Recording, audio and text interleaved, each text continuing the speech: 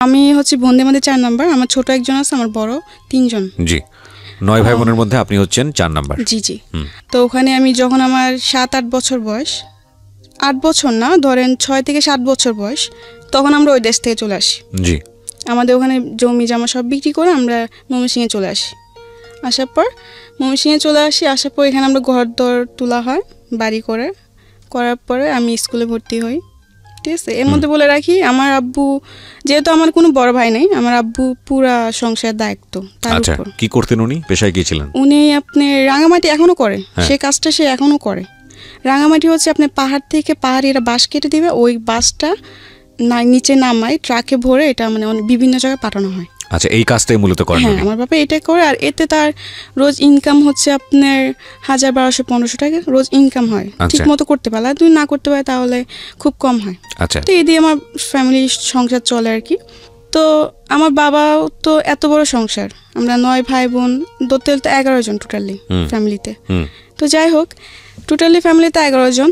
তো আমার যিনি বড় বোন, ঠিক আছে, সে আব্বুর উপর পুরা চাপটা পড়ার কারণে দেখা যাচ্ছে হয় না, খুব কষ্ট করে সংসার চলে, এমনকি খুব প্রবলেমের মধ্যে যেতে হয়। ঠিক মতো খাওয়া দাওয়া খেতে পারে না বা ওষুধপত্র খেতে পারে না আম্মু। তো আমার বোন বলে যে বাসা বাড়ি চাকরি করবে, কাজ করবে সে। তো আমার বোন অনেক ছোট থাকতে বাসা বাড়ি কাজে করে। যখন মাসে 100 টাকা ছিল তখন থেকে আমার বড় বোন বাসা বাড়ি কাজ করে। জি। আর আমার বড় বোনের পরে উনি যিনি ছোট ছিলেন তিনি চলে যায়। আচ্ছা। তারপরেও আমার বড় যিনি তিনি চলে যায়। এতে আমার মানে সবাই কি কাজের বাড়িতে গিয়ে যে না মানে একটা বাসায় থাকে। আচ্ছা, একটা বাসায় থেকে কাজ করতো? হ্যাঁ, কাজ করতো। আর খাওয়া দাওয়া সব ওদের উপর ছিল। ওকে। মাস শেষে যে স্যালারিটা দিত এটা বাড়িতে পাঠিয়ে দিত। তো এমনি করে আমাদের সংসার চলে। তখন তো আমি অনেক ছোট, আমি পড়াশোনা করছি স্কুলে। তো যখন আমি স্কুলে যেতাম, পড়াশোনার সাথে সাথে আমার ফ্যামিলি অনেক দায়িত্ব ছিল, যেহেতু আমি বোনদের মধ্যে বড় ছিলাম। আমার 3 বোন তো ঢাকায় শহরে থাকতেন, চিটাগাংয়ে থাকতেন তারা। আমাদের অনেক ঋণ ছিল, মানে ধার করে অনেক জনের থেকে টাকা নেওয়া হতো। কারণ দেখা যাচ্ছে আমার আম্মু অনেক অসুস্থ ছিল। তো অসুস্থ থাকার পর আমার আম্মুকে হসপিটালে ভর্তি করানো হয়। তো তখন অনেক টাকা লেগে যাওয়ার পর ওগুলো ধার করে নেওয়া হয় লাভের উপরে। যে 5000 আনলে 6 মাস পরে 5000 টাকার মধ্যে 2500 টাকা লাভ দিতে হবে। আচ্ছা, এরকম ভাবে আনা হয়। তো অনেক টাকা এই মানুষ থেকে আনা হয়েছে। তো ওগুলো ভাঙার জন্য আমার বোনরা ডিসাইড করে যে ওরা বাসা বাড়ি কাজ করবে।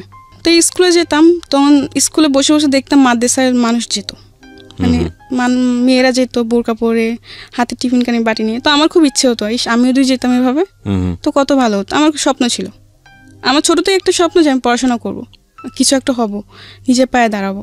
আমি পড়ার দিকে আরবি বলেন বাংলা বলেন দুই দিক থেকে ভালো ছিল। এগুলো খেয়াল রাখবেন প্রিয় শ্রোতা। একটা শিশু কোমলমতি মন নিয়ে পৃথিবীতে আসে এবং সব ভালো ইন্টেন্সগুলো নিয়ে দুনিয়াতে আসে।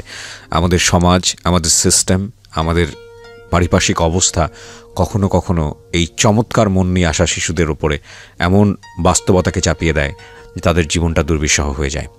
বুঝতেই পারছেন আজকে যেহেতু সিক্রেটসে আছে, তার মানে নিজের ভুলগুলো নিয়ে এখানে এসছে। সো ধৈর্য ধরে এই বিষয়গুলো খেয়াল রাখবেন, যাতে করে ওর যখন মন্দ দিকগুলো এখানে রিভিল হবে, তাতে করে আপনাদের এই ভালো দিকগুলোর কথা মনে করে নিজের রিয়ালাইজেশনটা হয়। আমরা সবসময় যে কথাটা বলি যে একজন মানুষ যিনি এখানে কনফেস করছেন তার দিকে আঙ্গুল তোলা আমাদের উদ্দেশ্য নয়, তাকে শুনে তার জীবনের পরিণতি জেনে নিজে সচেতন হওয়াটাই মূলত আমাদের অনুষ্ঠানের উদ্দেশ্য। তো আমার খুব ইচ্ছে ছিল আমি যদি মাদ্রাসা যেতাম এভাবে, তাহলে তো আমিও টিফিন ক্যান করে ভাত নিয়ে যেতাম। মানে আমার খুব শখ এগুলো। আমার ছোটোর থেকে যেমন কিছু কিছু শখ আমার খুব গেছিল। আমি জালি দিয়ে মাছ মারতে খুব পছন্দ করতাম। আচ্ছা, ভিলেজে। বুঝতে পারছেন যে একেবারে গ্রাম অঞ্চলে বড় হওয়া। জি জি। তো আরো কিছু শখ আছে, যেমন শাড়ি পরা। মেয়েদের খুব কমন শখ। হ্যাঁ, যাই হোক এরকম কিছু শখ। আর ছোটোর থেকে আমি ছেলেদের সাথে চলাফেরা করতে বেশি পছন্দ করতাম। আচ্ছা। মেয়েদের সাথে আমার খুব কমই চলাফেরা হতো, ঝগড়া হতো বেশি। ছেলেদের সাথে আমি বেশি ফ্রি থাকতাম। ছোটোর থেকে আমার এরকম শখ, ঠিক আছে। তো আমি স্কুলে পড়ি, স্কুলে পড়ার পর এক পর্যায়ে আমি আমার আম্মুকে বলি যে আম্মু আমি স্কুলে পড়বো না, আমি মাদ্রাসায় পড়বো। তো আমার আম্মু এটা শুনে অনেক খুশি হয় যে মাদ্রাসায় পড়বে, এটা তো খুব ভালো কথা। আমার মারও খুব ইচ্ছে যে আমার মেয়ে বা ছেলে মাদ্রাসায় পড়বে, একটা ভালো কিছু হবে, এটা আমার মার খুব শখ। যার জন্য আমার 2 ভাইকে এখন মাদ্রাসায় ভর্তি করানো হয়েছে। আচ্ছা। তো আস্তে আস্তে মাদ্রাসায় যাই এভাবে, যেরকম আগে স্কুলে যখন যেতাম তখন সকালবেলা আরবি পড়তাম, আরবি পড়ে নাস্তা করে আবার সকালে স্কুলে চলে যেতাম। স্কুল থেকে এসে গোসল টোসল করতাম, মাছ টাছ মেরে গোসল করতাম, গোসল করে খাওয়া দাওয়া করে বাজারে যেতাম। বাজার টাজার করে আনতাম, যেহেতু আমার আব্বু দেশে থাকতো না। আমার আব্বু মাসে 2-3 মাসে একবার আসতেন এরকম ভাবে, আর টাকা পাঠিয়ে দিত। আচ্ছা, আমার বোনরাও টাকা পাঠিয়ে দিত, আর ফোনে কথা হতো। তো এমনি করে সব দায়িত্ব আমার দেখতে হতো, যেমন সব কিছু মাছ মারা থেকে শুরু করে লাকড়ি আনা, তারপর বাজার টাজার সম্পূর্ণ সব কিছু আমি করতাম। বিলে যাওয়া, মরিচ তোলা, যেটা মানে গ্রামে যাওয়ার মানুষ যারা করে আর কি, ঠিক আছে। তো একটা পর্যায়ে আমার আব্বু অসুস্থ হয়ে পড়ে। আমার 2 বড় বোনের বিয়ে হয়ে যায়। আচ্ছা, 2 বড় বোনের বিয়ে হয়ে যাওয়ার পরে আমার বড়জন একজন থাকে, ঠিক আছে, একজন বাসায়। তখন তো খুব আপনি অল্প টাকা হতো। এখন যেরকম একটা বাসায় কাজ করলো 7,000-8,000 টাকা বেতন দেয়, কিন্তু তখন তো আর এটা ছিল না। 2-3 হাজার টাকা পেত। এতে তো আমার বোনেরও খরচা ছিল, এই কামাই দিতে হতো না। কারণ দিনে আব্বুরও বয়স হইতেছে, আব্বু তো আগের মতো সেই রোজ কামাই করতে পারে না। তো যাই হোক, একটা পর্যায়ে দেখলাম আব্বু অসুস্থ হয়ে পড়ে। আমার ফ্যামিলিতে খুবই একটা খারাপ সময়, ঠিক আছে। আমার বোনের টাকা দিয়ে আমাদের ফ্যামিলি চলে না, সংসার চলে না। আমার আম্মু তো হাই প্রেশারের রোগী, তো একটু টেনশন করলেই দেখা যাচ্ছে উনি অসুস্থ হয়ে পড়ে। আচ্ছা, অনেক জরুরত হয়, উনি শরীরটা খারাপ হয়ে যায়। আচ্ছা, তো এরকম আর কি, বেশি টেনশন করতে পারে না কিছু নিয়ে, আর খুবই কষ্ট করে আমার মা। দেখি যে ঠিক মতো ওষুধ না খাওয়ার ফলে আমার মা খুবই অসুস্থ হয়ে পড়ে। তো এগুলো দেখতে আমার ভালো লাগতো না, যেহেতু ছোট থেকে আমি খুব মানে আমার মানুষের প্রতি মায়াটা অনেক বেশি। তো আমি পড়াশোনা করতাম আর এগুলো দেখতাম, ঠিক মতো মাদ্রাসা খাবার নিতে পারতাম না, খাবার কষ্ট করতাম, তো আমার ভালো লাগতো না। ঈদ আসতো, একটা ভালো জামা পরতে পারতাম না, কারণ দিতে পারতো না, ক্ষমতা ছিল না, টাকা পয়সা নাই, কেমনে দিবে। যাই হোক, পরে এরকম একটা পর্যায়ে অনেক সমস্যা হয় ফ্যামিলিতে। তো আমি বলি কি আমি পড়াশোনা করবো না, আমি মাদ্রাসা পড়বো না, আমি ঢাকা চলে যাবো, আমি বাসায় বাসায় কাজ করবো, এতে তো একটু হলেও সমস্যা কমবে। তো আমার আম্মু বলছে না, দরকার নেই, দরকার বলে সারাদিন একবার খাবি, তবু মাদ্রাসায় পড়। আচ্ছা, পড়লে তোরেই ভালো। মেয়ে যদি মাদ্রাসায় পড়ে বা একটা ছেলে যদি মাদ্রাসায় পড়ে আলিম হতে পারে, আজ যদি মরে যায় তো আল্লাহর কাছে অন্তত জবাব দিতে, অনেক কিছু বলে আমাকে। বলার পর আমি বলছি না, আমি পড়বো না। ছোট থেকে খুব শখ যে মানে 3 তলা 4 তলা বিল্ডিং দেখবো, দেখি নাই কোনোদিন, ঠিক আছে। আমার খুব শখ ছিল, এই ঢাকায় আসা আমার খুব ইচ্ছে ছিল ছোট থেকে। এক পর্যায়ে আপনি রাজি করেন? হ্যাঁ, এক পর্যায়ে আমি রাজি করি আম্মুকে। তো আমাদের গ্রামে একটা আন্টি ছিলেন, সে আবার বাসা বাড়িতে মেয়ে দিত নিয়ে। আচ্ছা, কাজের মেয়ে দিত? হ্যাঁ, কাজের মেয়ে দিত। তো আমার আম্মু এক পর্যায়ে ওই আন্টির সাথে কথা বলে, বলার পর আন্টি এরকম এরকম তারিখ বলে যে এরকম এই তারিখে নিয়ে যাব সকালে। আমি তো খুশি, আমি ঢাকা যাব, আমার এতদিনের স্বপ্ন পূর্ণ হবে। যাই হোক, ঢাকায় আসলাম, বাসা বাড়িতে গেলাম। ফার্স্টে মন বসতো না, কালি কান্না করতাম। তখন আমি ছোট ছিলাম, তখন আমার বয়স ছিল 10 বা 11-র মধ্যে, এরকম কিছু একটা বয়স, ঠিক আছে। কাজ করতে করতে কান্না করতাম, বা কাজ সেরে কান্না করতাম, রাত্রে ঘুমাইতাম না, কান্নাকাটি করতাম। তো এমনি আস্তে আস্তে কান্নাকাটি করতে করতে একসময় আমার মন বসে যায়। আচ্ছা, ভাল লাগতে থাকে। আচ্ছা, একটা বাসার মধ্যে প্রায় 8-9 মাস ছিলাম। তো 8-9 মাস বেশ ভালোই ছিল, ঠিক আছে। একটা পর্যায়ে দেখি যে বাসায় থাকি ওই বাসার আন্টি খুব চিল্লাপাল্লা করে, বা সাধারণ কিছু নিয়ে বকাঝকা করে, সন্দেহ করে। আর ওই বাসাটা আমাদের কিরকম ছিল যে উনিরা আবার, ওরা গ্রামেরই, ঢাকায় মিডিল ক্লাস ফ্যামিলি, বেশি বড় লোক না ওরা, খুব ওদের মার্কেটে একটা দোকান ছিল, ওটা দিয়ে আর কি চলতো। তো ওদের বাসায় আমি কাজ করতাম, তখন আমার বেতন ছিল মাত্র 1500। তো মাস শেষে বেতন বাড়িতে পাঠিয়ে দিতাম, আব্বু নিয়ে যেত, না হলে আম্মু নিয়ে যেত, না হলে তখন তো মনে হয় বিকাশ ছিল কি ছিল না, আমার পুরোটা খেয়াল নাই। তো যাই হোক, এমনি করে বাড়িতে টাকা পাঠাই দিতাম, আমি রাখতাম না কিছু। তো এমনি 8-9 মাস করার পর দেখলাম যে আন্টি অযথা বকাঝকা বা গায়ে হাত তুলতে আসে, এরকম কিছু একটা করে। তো আমি বলছি আমি থাকবো না। আচ্ছা, যাই হোক, থাকবো না। তো আমার বলে কেন থাকবে না, এসে অনেক কিছু করে ওই বাসাতে আমি চলে আসি। চলে এসে আরেকটা বাসায় যাই, ঠিক আছে। ওই বাসাটা বেশ ভালোই ছিল, কারণ সব থেকে ভালো ছিল কি জানেন, আমি বললাম যে ছোট থেকে আমি ছেলেদের সাথে চলতে বেশি পছন্দ করতাম, ঠিক আছে। তো ওই বাসায় যে বাসায় গেছি নেক্সট টাইম, ওই বাসার মধ্যে আমার সমান 2টা মেয়ে ছিল, আরেকটা ছেলে ছিল। তারা মানে আন্টির 3 জন সন্তান বাচ্চা ছিল, ঠিক আছে। 2টা মেয়ে, একটা ছেলে। ছেলেটা ছোট, মেয়েগুলো আমার সমান। তো ওদের সাথে খেলাধুলা করতাম, কাজ সেরে, আর আমাকে খুব আদর করতো। আর ওখানে একটা ছেলে ছিল, ছেলেটার নাম বলতে চাচ্ছি না, বাট বাড়িওয়ালার ছেলে, কিন্তু কোনোদিন আমাকে ওরকম নজর দেখে না, কাজের মেয়ের নজরে দেখে নাই। ভাবতো যে আমিও ওদের একটা ফ্যামিলি মেম্বার, ফ্যামিলির মতো দেখতো। যাই হোক, তো ওদের সাথে খুব ভালো সময় কাটে। আস্তে আস্তে ওখানে বেশ অনেক দিনই ছিলাম, ঠিক আছে। তো একটা পর্যায়ে ওই বাড়ির যে মানে আঙ্কেল, আমি উনিকে আবার আঙ্কেল আন্টি বলতাম, ঠিক আছে। আঙ্কেল একটা পর্যায়ে দেখি কি যে কিরকম জানি একটু অদ্ভুত টাইপের ব্যবহার করতে থাকে। আপনার বয়স তখন কত?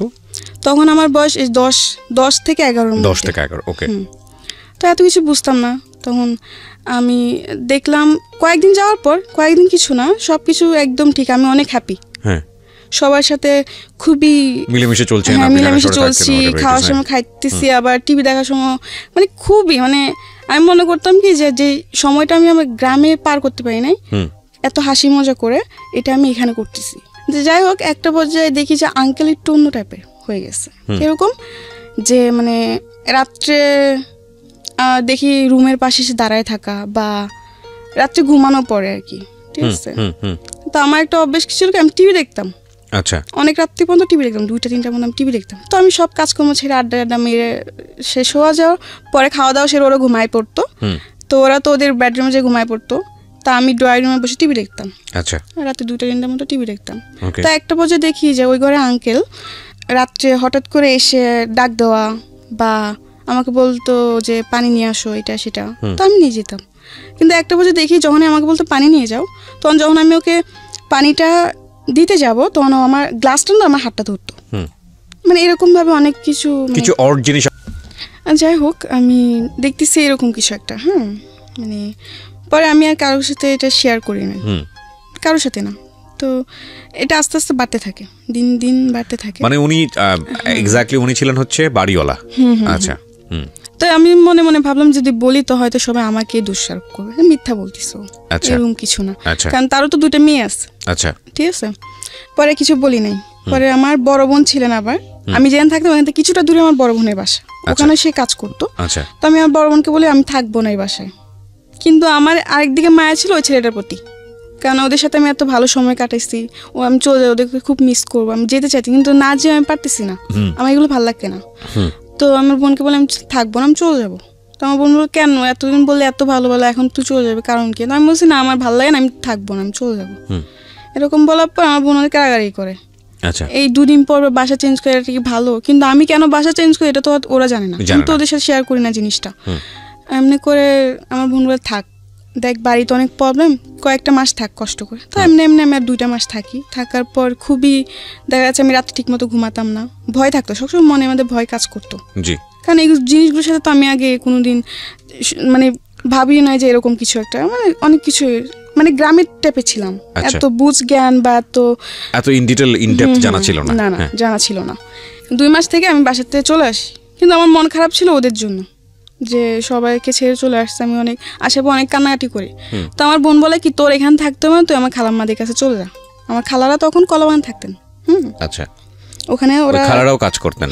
আচ্ছা, তো আমার বোন বলে তো ওরা ওদের কাছে চলে যা। তো আমি এক পর্যায়ে আমার খালাম্মাদের কাছে চলে যাই। ঠিক আছে, ওখানে যাওয়ার পর ওরা আমাকে একটা বান্দা বাসায় দেয়।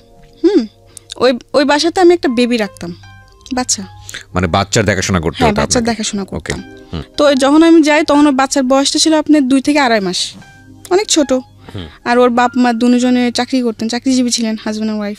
আমি ওই বাচ্চা দেখাশোনা করতাম ছোট থেকেই, ওকে খাওয়ানো দাওয়ানো সব কিছুই আমার দায়িত্ব ছিল, গোসল থেকে নিয়ে ঘুম পাড়ানো। তো বাচ্চার বয়স কত ছিল? ওই যে বললাম 2.5 মাস। 2-2.5 মাসের বাচ্চার পুরো দায়িত্ব আপনার উপর? হ্যাঁ, আমার উপর। তখন আপনার বয়স কত? আমার তখন বয়স হচ্ছে আপনার 12 very tough job, very very tough job. হ্যাঁ, ঠিক আছে। তখন আমি তো নিজে একটা বাচ্চা, আমি একটা বাচ্চায় কি করব? তবে একটা জিনিস সবসময় মাথায় ভাবতাম যে আমার করতে হবে, কারণ যদি আমি না করতে পারি তাহলে আমি কাজ করব কি করে আর টাকা কামাই করব কি করে। তখন আমার এই চেষ্টা ছিল। আমি ছোট থেকে একটা কি, আমি কোনো কিছুর জন্য হার মানতাম না সহজে। আমি যেটা হয় না এটা আমি করব, বারবার চেষ্টা করব। তো তখন ওই বাচ্চার দেখাশোনা সব আমি করতাম। তো এমনি এমনি বেশ বাচ্চার সাথে এমনি থাকতে থাকতে বাচ্চা আস্তে আস্তে বড় হয়। ঠিক আছে, বড় হতে থাকলো, বেশ ভালোই সময় কাটতেছে আমার, বেবির সাথে খেলাধুলা করতাম। ফলে কি একটু কষ্ট হতো, যেমন রাতে 2টা-3টা পর্যন্ত জায়গা থাকতে হতো আমার বাচ্চাকে নিয়ে। তো এদিক থেকে আমি একটু কষ্ট পেতাম, ঘুমের থেকে আমি খুব কষ্ট করতাম, ঘুম জিনিসটা বেশি কষ্ট করতাম আমি ওখানে। ওকে। তো যাই হোক, এমনি করতে করতে 6-7 মাস কেটে গেল। যখন বাচ্চা 8 মাসের বয়স তখন আমি ওখান থেকে চলে আসি। যাই হোক, ওখান থেকে আসারও কারণ আছে, আসতাম না, কারণ একটা বাচ্চাকে রাখতে রাখতে ওদের প্রতি আমার মায়াও চলে আসছে। কিন্তু ওরা এমন কিছু করতেছিল তখন যে না এসে আমি পারতেছি না, কারণ একটা সহ্যের সীমানা থাকে। ওখানে কিছু প্রবলেম হইতেছে যে বাচ্চা কান্না করতেছে কেন, এটা জবাব দিতে হবে আমার। এখন স্বাভাবিক, একসময় হাসবো একসময় কান্না করবো, এটাই তো নিয়ম। সবাই তো সবসময় হাসবে না, সবসময় কান্নাও করবে না, এটা তো ওদের বুঝতে হবে। কিন্তু ওটা বুঝে না। ওরা খাবার দিল, খাবারটা পুরোপুরি খায় না। সবসময় কি একটা মানুষ কি সবসময় খাবার শেষ করে উঠতে পারে? এটা বুঝবে না। বলে কি তুই বাচ্চাকে ঠিক মতো খাবার দাবার করাস না, এই করাস না, সেই করাস না, অনেক কিছু। মানে এইগুলো নিয়ে আমার সাথে অনেক মানে খারাপ ব্যবহার করতে থাকে, অনেক রাফ ব্যবহার করে আমার সাথে। তো এগুলো আমার ভালো লাগে না। তখন তো আমি বেশ একটু হলো বড় ছিলাম, তো আমার এগুলো অনেক খারাপ লাগতো যে গরিব হয়েছে বলে এত অবহেলা, আমার এগুলো ভালো লাগতো না। পরে আমি কি করি, কিছু বলি না। তো একদিন বাচ্চাকে গোসল করাতে নিচ্ছে। হ্যাঁ, গোসল করা নেওয়ার পরে আমি একটা জিনিস ভুলে আনি নাই। গোসল করাতে নিতে হলে শ্যাম্পু, সাবান, তয়লা, অনেক কিছু, গোসলের যা যা আয়োজন সব কিছু আমার তৈরি করতে হতো। তো ওদিন আমি একটা জিনিস ভুলে আনতে মন নেই, ঠিক আছে। ওইটার জন্য ওই আপু আমার গায়ে হাত তুলতে আসে, আমাকে মারতে আসে। আচ্ছা, মারে নাই, ওর মা ধরে ফেলে। কিন্তু ওদিন আমার গায়ে এমনভাবে নখ দিয়ে ধরে যে আমার পুরো নখের খামচি লেগে রক্ত বের হচ্ছে আমার হাতের থেকে। আচ্ছা, যাই হোক, পরে আমি কান্নাকাটি করি। তখন আমার খালাম্মাকে ফোন দিই, আমি থাকবো না। কেন থাকবি না? যে আমাকে মারতে আসছে। কেন মারতে আসছে? এই কারণ। তো আমি বলছি হয় এরকম মাঝে মধ্যে, থাক, এগুলো হয়। আমি বলছি না, আমি থাকবো না। এগুলো হয় মানে আমি এতদিন ধরে থাকি, এখন একটা ভুল হয়েছে দেখে ও আমাকে মারতে আসবে, এটা কোনো কথা? আমি রেগে যাই। তো আমার খালা বলছে আচ্ছা ঠিক আছে, যা, থাকবি না তো থাকার দরকার নেই। এখানে একটা বিষয় একটু ইন্টারাপ্ট না করলেই নয়, হয়তো অনেকেই মন খারাপ করবেন আমার ইন্টারাপশন দেখে, কারণ গল্পের কন্টিনিউটি নষ্ট হয়। তারপর বিনীতভাবে বলছি, because this is very important. ছোটো বাচ্চা যেসব কাজের লোক যারা টেক কেয়ার করে, তাদের কিন্তু শুধু ছোট বাচ্চার হ্যাসেলটা নিতে হয় না, আরেকটা ভয়াবহ রকমের হ্যাসেল আছে, সেটা হচ্ছে এই মায়ের হ্যাসেল। এই কারণে বলছি যে মা যদি প্রথম সন্তান হয়ে থাকে, খুব কনসার্ন থাকে তার ওপর, বাচ্চাটার ওপরে, এক। আর দুই নম্বর হচ্ছে মেডিকেলি আপনারা যদি যোগাযোগ করেন তাহলে দেখবেন ওই সময় শরীরে একটা হরমোন থাকে মায়েদের শরীরে, যেটা তাদের অনেক বেশি অ্যাংরি রাখে, অনেক বেশি রাগান্বিত রাখে। সো পান থেকে চুন খসলেই দেখবেন যে অনেক বেশি মেজাজ করছে। তো ওই হ্যাসেলটাও কিন্তু ওই কাজের লোকের উপরে গিয়েই পড়ে। সুতরাং বুঝতেই পারছেন ইটস এ ডিফিকাল্ট জব। আমরা মাদেরকে নিয়ে কথা বলি, কিন্তু যখন এটা ডাইভার্ট হয়ে কাজের মানুষের উপর চলে যায়, তখন কিন্তু সেটা আরও ভয়ানক আকার ধারণ করে। এবং 12-13 বছরের ছোট্ট একটা কাজের মেয়ে, তার কিন্তু এই জিনিসটা বোঝার বিষয় না। সো খুব স্বাভাবিকভাবেই তার উপরে হ্যাসেলটা অনেক বেশি হয়, যেটা ওর জায়গা থেকে কিছুটা হলেও আমার কাছে মনে হচ্ছে যে এরকম হলেও হতে পারে। হ্যাঁ, বলেন। তারপর পরে আমার খালাম্মাকে আনার পর আমার খালাম্মা বলে থাক। তার বলছেন আমি থাকবো না, আমার এগুলো ভালো লাগে না, আমার বাচ্চা রাখতে খুব কষ্ট হয়, আমার ঘুমের খুব কষ্ট হয়। আমি দেখা যাচ্ছে বাচ্চা রাখতে রাখতে বিকাল 4টা-5টা বেজে আমি দুপুরে খাবার খেতে পারি না। বাচ্চা ঘুমালে তবে আমার খেতে হবে, ঠিক আছে। এখন বাচ্চা না ঘুমালে এমনও দিন যায় 4টা-5টা বাজে আমি দুপুরে খাবার খেতে পারি না। আবার বোর সকালবেলা উঠতে হয়, রাত 2টা-3টা বাজে শুয়ে আবার বোর 6টা-7টার সময় উঠা অফিসে যাবে, তোর সব কিছু তৈরি করতে এমনি আমার খুবই কষ্ট হয়ে যায়, আমি অসুস্থ হয়ে পড়তেছিলাম। তো এমনি বললো আচ্ছা ঠিক আছে, আর 1 মাস থাকতো, আরেকটা বাসা দেখে তখন নিয়ে যাবো তোকে। তো আমি বলছি আচ্ছা ঠিক আছে। তো এমনি বলে ও আপুদের সাথে কথা বলে আমার খালাম্মা যে ঠিক আছে তোমরা একটা নতুন মানুষ দেখে নাও, আমার বোনজি থাকবে না, তো ওকে আমরা 1 মাস পর নিয়ে যাবো, তোমরা 1 মাসের মধ্যে আরেকটা মানুষ নিয়ে নাও। তো আচ্ছা ঠিক আছে। তো ওখান থেকে আমি চলে আসি। চলে আসার পর আমি আরেকটা বাসে যাই, ঠিক আছে। ওখানে যাওয়ার পরে ওখানে আপনি ছিল হচ্ছে আঙ্কেল আন্টি দুজন জব করতো, উনি 2 মেয়ে ছিল। 2 মেয়ে থেকে 1 মেয়ে বিয়ে হয়ে পড়ে শ্বশুর বাড়িতে, আরেক মেয়ে ভার্সিটিতে পড়ে, আচ্ছা কলেজে পড়ে। তো আচ্ছা ওখানে বেশ ভালোই কাটতেছে সময়। কিন্তু একটা পর্যায়ে আবার সে একই প্রবলেম লক্ষ্য করলাম যে আঙ্কেল একটু মানে তার নজর একটু অন্যরকম হয়ে গেছে। তখন আপনি মোটামুটি বোঝেন যাদের ব্যাড ইন্টেনশন আছে, আপনি এটা তখন মোটামুটি বোঝেন, হালকা হলে বুঝি। আচ্ছা, তো যাই হোক, পরে ভাল লাগে না। এই তখন মনে মনে বলি যে আমি যেখানে যে আমার কপালে কি এগুলোই মিটে, এগুলোই জুটে, আমার কি একটা ভালো বাসা হবে, জুটবে না কপালে, এগুলো বলে কান্নাকাটি করতাম আর কি।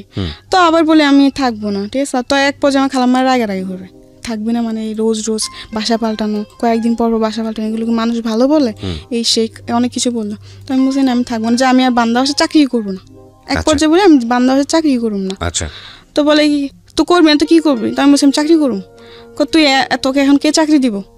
আমি বলছি কে চাকরি দিব মানে মানুষকে চাকরি করে না, আমিও চাকরি করুম, আর না হলে আমি রাত্রে কোনো বাসে থাকুম না, আমি সারাদিন কাজ করুম, রাত্রে হলে চলে আসবো। এরকমভাবে অনেকজন এখনও করে। তো ওরকমভাবে আমি বললাম যে করবো। তো আমার খালামা ফার্স্টে রাজি হয় যে না ও। তো আমার খালামা বলে কি ও সারাদিন কাজ করে ঘুরবি ফিরবি, বাইরে বাইরে ঘুরবি, এগুলো করতে চাস তোরা, এসে অনেক কিছু বাজে বাজে কথা বলে। তো আমি বলি যে না আমি কাজ করব, এতে আমি কোনো শয়তানি করবো না, তোমাদের কথা মতো আমি চলবো। তো আমার খালামাকে বলো ফার্স্টে রাজি হয় না, পরে অনেক জোরাজুরি করে আমি রাজি করাই, ঠিক আছে। তো আমি চলে যাই, ওই বাসার থেকে চলে যাই। যাওয়ার পরে একটা বাসা নিই, সারাদিন থাকি, রাত্রে চলে আসি। ওখানে আপনি হচ্ছে রান্না বান্না, তো আমি তো ছোট ছিলাম, আমি রান্না বান্নাটা বুঝতাম, কিন্তু আমার চেষ্টা ছিল আমি করবো, আমি শিখবো, না শিখলে আমি ভবিষ্যতে রান্না করবো কি করে, আমার এটা ভাবনা ছিল।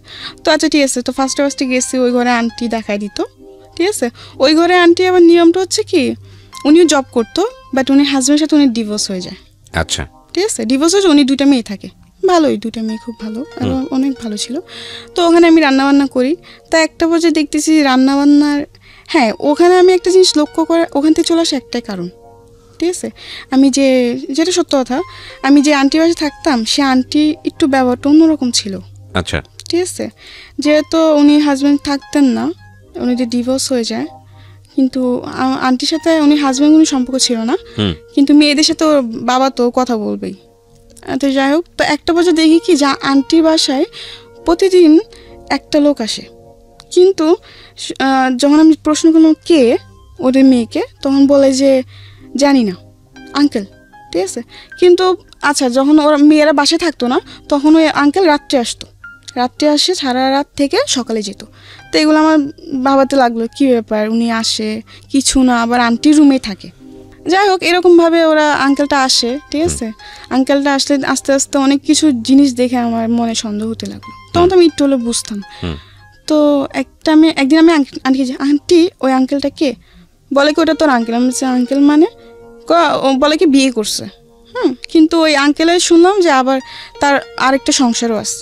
আচ্ছা, আমি কিছুটা হলে বুঝতে পারছি যে যেগুলো হচ্ছে সেগুলো ঠিক না, কারণ আঙ্কেল একটা সংসার আছে, আঙ্কেল হয়তো আরেকটা বিয়ে করছে, বা মানে আপনার কাছে ভালো লাগছিল না বিষয়টা? ভালো লাগতেছিল না। তো আমি বলি কি আমি এখানে থাকবো না, কারণ ওইখানেও সমস্যা হয়। হ্যাঁ, ওখানেও সমস্যা হয় বলতে কি, ওই আঙ্কেল ছাড়া আরো অনেকজনে আসে। আচ্ছা, তো আপনার কাছে পরিবেশটা ভালো লাগেনি, তো আপনি ওখানে চলে গেছি। যাই হোক, যাওয়ার পর আমি বলি কি যে আমি আর বাসায় কাজই করবো না, আমি চাকরি করবো, আমি গার্মেন্টস করবো, আর নাহলে যে কোনো একটা চাকরি করবো। বলে কি এত ছোট মেয়েকে গার্মেন্টস চাকরি দিবে না, এটা সেটা ওইটা তুই পারবি না। তো আমার খালামার সাথে একটা মেয়ে থাকতো, সে আবার গার্মেন্টসে চাকরি করতো। তো আমি বললাম কি আপু, তুমি না আমার জন্য একটা গার্মেন্টসে চাকরি দেখো, আমি না তোমার সাথে চাকরি করবো। তো ও বলে কি আচ্ছা ঠিক আছে দেখবো না, এমনি করে বলে কি আচ্ছা ঠিক আছে দেখবো না, এমনি 1 মাস কেটে যায়, মানে সিরিয়াসলি নেয় না আর কি? না সিরিয়াসলি নেয় না জিনিসটা। তো কেটে যাওয়ার পরে আমি কোনো চাকরি টাকরি করি না, এমনি 1 মাস কাটলো, 2 মাস কাটলো, 2 মাসে আমার খালাম্মা আমার কাছে 5,000 টাকা ধার পেয়ে যাবে, কারণ তার কারণে খাওয়ার বিল দিতে হতো, খাওয়া থাকা 2,500 মাসে দিতে হতো।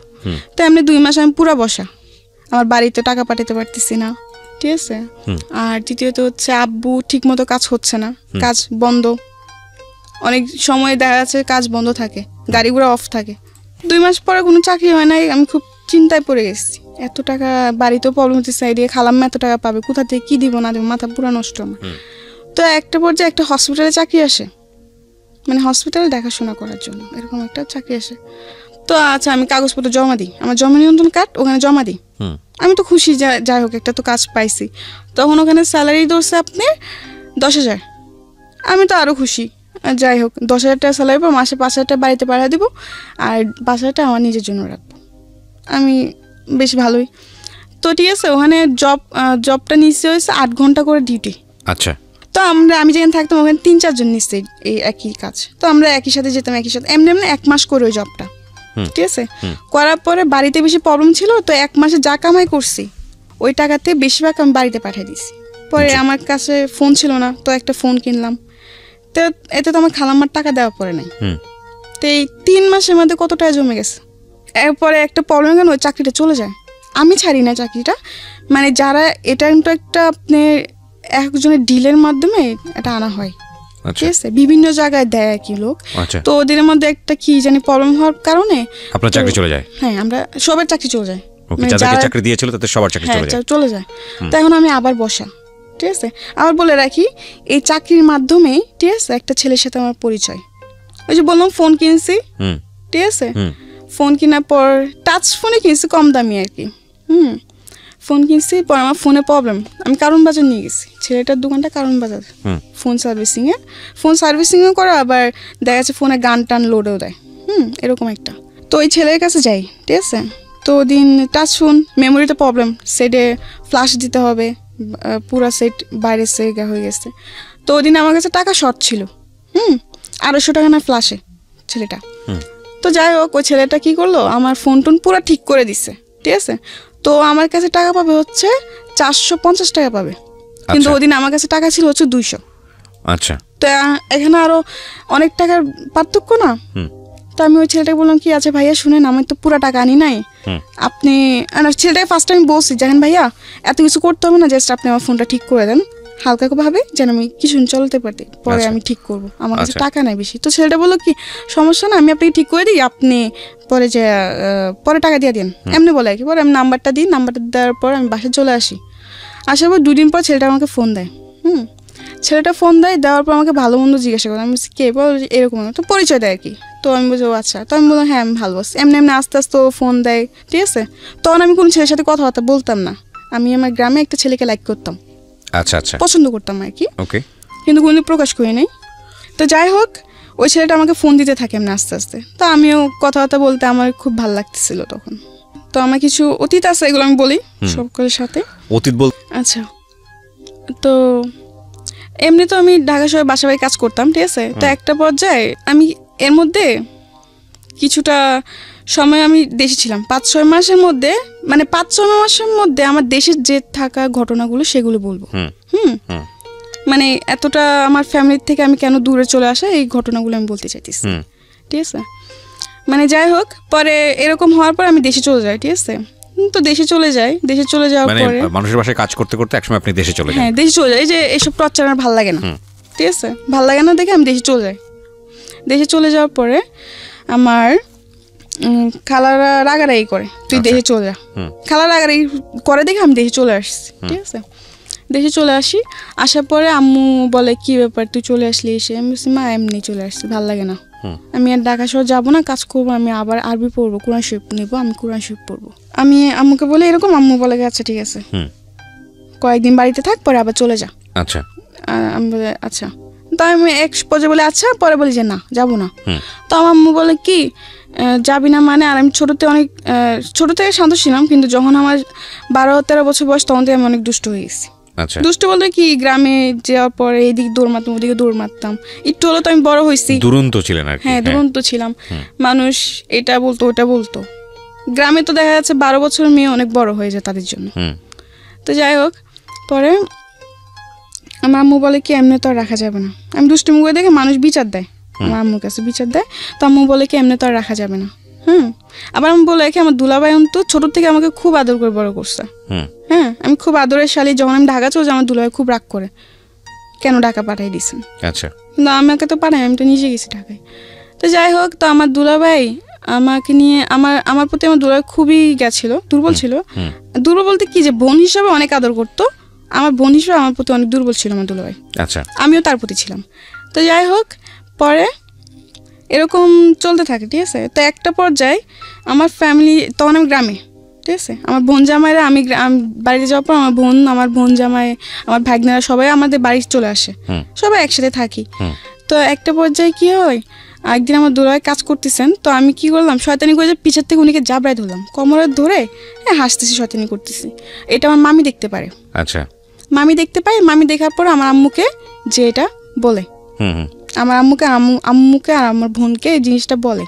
বলার পর ওই জিনিসটা ওর একটু স্বাভাবিকভাবে নেয় না, জিনিসটা অন্য নজর ভাবে, মামি অন্যভাবে বলে, অন্যভাবে নেয়, এটা স্বাভাবিক, বুঝছেন। তো বলার পরে এগুলো নিয়ে আস্তে আস্তে দেখি আমার বোন জামা আর আমার বোন ঝগড়া করতে শুরু করে। মানে সবাই এটা ডাউট যে আমার বোন জামার সাথে আমার কোনো সম্পর্ক আছে, ওকে, কোনো খারাপ সম্পর্ক আছে বা এরকম কিছু, কিন্তু আসলে তো তা না। যাই হোক, এরকম করতে করতে এক পর্যায়ে আমার বোন আর বোন জামার মধ্যে খুবই প্রবলেম ক্রিয়েট হয়, ঠিক আছে, খুবই ঝগড়াঝাটি, কি একটা জানি অবস্থা বলার বাইরে। তো আমার বাপ মা এগুলো দেখে বলে কি আমাকে বিয়ে দিয়ে দিবে। বিয়ের এই 12-13 বছর বয়সে, হ্যাঁ 12-13 বছর বয়সে আমাকে তারা বিয়ে দিয়ে দিবে। তো আমার বোন জামাই বলে যে না, এই বয়সে ওকে কেন বিয়ে দিবেন, ওর বড়জন বাকি, মানুষ তো খারাপ বলবে যে ছোটটা বিয়ে হয়েছে বড়টা বিয়ে হয় না, তার মানে ছোটটা নিশ্চয় কোনো প্রবলেম আছে। তো আমার বোন জামাই ফার্স্টে রাজি হয় না। আমার মা বলে কি যে না বিয়ে দিব, কারণ ওদের সন্দেহ যায় আমাকে যদি বিয়ে না দেয় তাহলে হয়তো আমি আমার বোন জামাইয়ের সাথে ভেগে যাবো। আচ্ছা, আমার বোন জামাইয়ের সাথে আমরা বিয়ে করে ফেলবো, এরকম একটা কিছু, এটা আমার বোনের জীবনটা নষ্ট হয়ে যাবে। তো যাই হোক, তো অনেক চাপের মধ্যেই, ঠিক আছে, আমার এই বিয়ে করতে হয়। আমার পরে একটা বিয়ের কথা আসে, ওই ঝগড়াঝাটির মধ্যে একটা বিয়ের প্রস্তাব আসে আমার জন্য। আচ্ছা, আমার মামাদেরকে বলে রাখে, তো আমার মামা বিয়ের প্রস্তাবটা নিয়ে আসে, ঠিক আছে। কিন্তু যার সাথে আমার বিয়ের প্রস্তাবটা আনা হয় সে আমার থেকে অনেক বড়, আমার থেকে অনেক বয়স বেশি, তার হয়তো আমার 2 জন্মে বড় হবে, অনেক বয়স। তো যাই হোক, সবাই দেখে শুনে কথাবার্তা বলে তারা রাজি। তো আমাকে দেখায়, ওদের পছন্দ হয়, তো ওরাও রাজি, আমার ফ্যামিলিরাও রাজি, বাট আমি রাজি ছিলাম না। কিন্তু আমি তখন না বলেও পারতেছি না, যদি আমি এখন এই বিয়ে না করি হয়তো আমার বোনের জীবনটা নষ্ট হয়ে যাবে, 2টা বাচ্চা আছে, ওদের জীবনটা নষ্ট হয়ে যাবে। তখন আমার মাথায় খালি কি করবো না করবো বুঝে কুল পাই নাই, ঠিক আছে। তো আমার বোন জামাই বলে কি এই বিয়ে হবে না, আমার মা বলে কি এই বিয়ে হবে। দুজনের মধ্যে এগুলো নিয়ে অনেক ঝগড়াঝাটি, দ্বন্দ্ব তৈরি হয়। হ্যাঁ, দ্বন্দ্ব তৈরি হয় যে এই বিয়ে হবে, এই তো অনেক ঝগড়াঝাটি হয়, ঠিক আছে।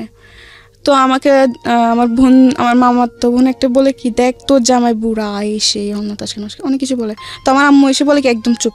আমার মামার তো বোনটাকে বলে যে একদম চুপ থাকো, কি ছেলেরা কি বুড়া হয়, ছেলেরা কি কোনোদিন বুড়া হয়, এগুলো বলে, গ্রামে এখনো বলে এগুলো, এই ছেলেরা বয়স হলে কি বুড়া হয়ে যায়, এটা ওইটা সেটা অনেক কিছু বলে, ঠিক আছে। তো ওদিন আমার কিছু, তো আচ্ছা যাই হোক, ওদিন কথাবার্তা ফাইনাল, এই বিয়ে পুরো ঠিক আছে। আমার তো একবার জানার চেষ্টা করেন যে আমি এই বিয়েতে রাজি কিনা, আর তখন রাজি না হওয়ার পর ছাড়াও তো কোনো উপায় ছিল না আমার। আচ্ছা, যাই হোক, পরে আমি এই বিয়ের জন্য আমার কথাবার্তা শেষ, বিয়ের ডেট সব ফিক্স, 1 সপ্তাহের মধ্যেই বিয়ে।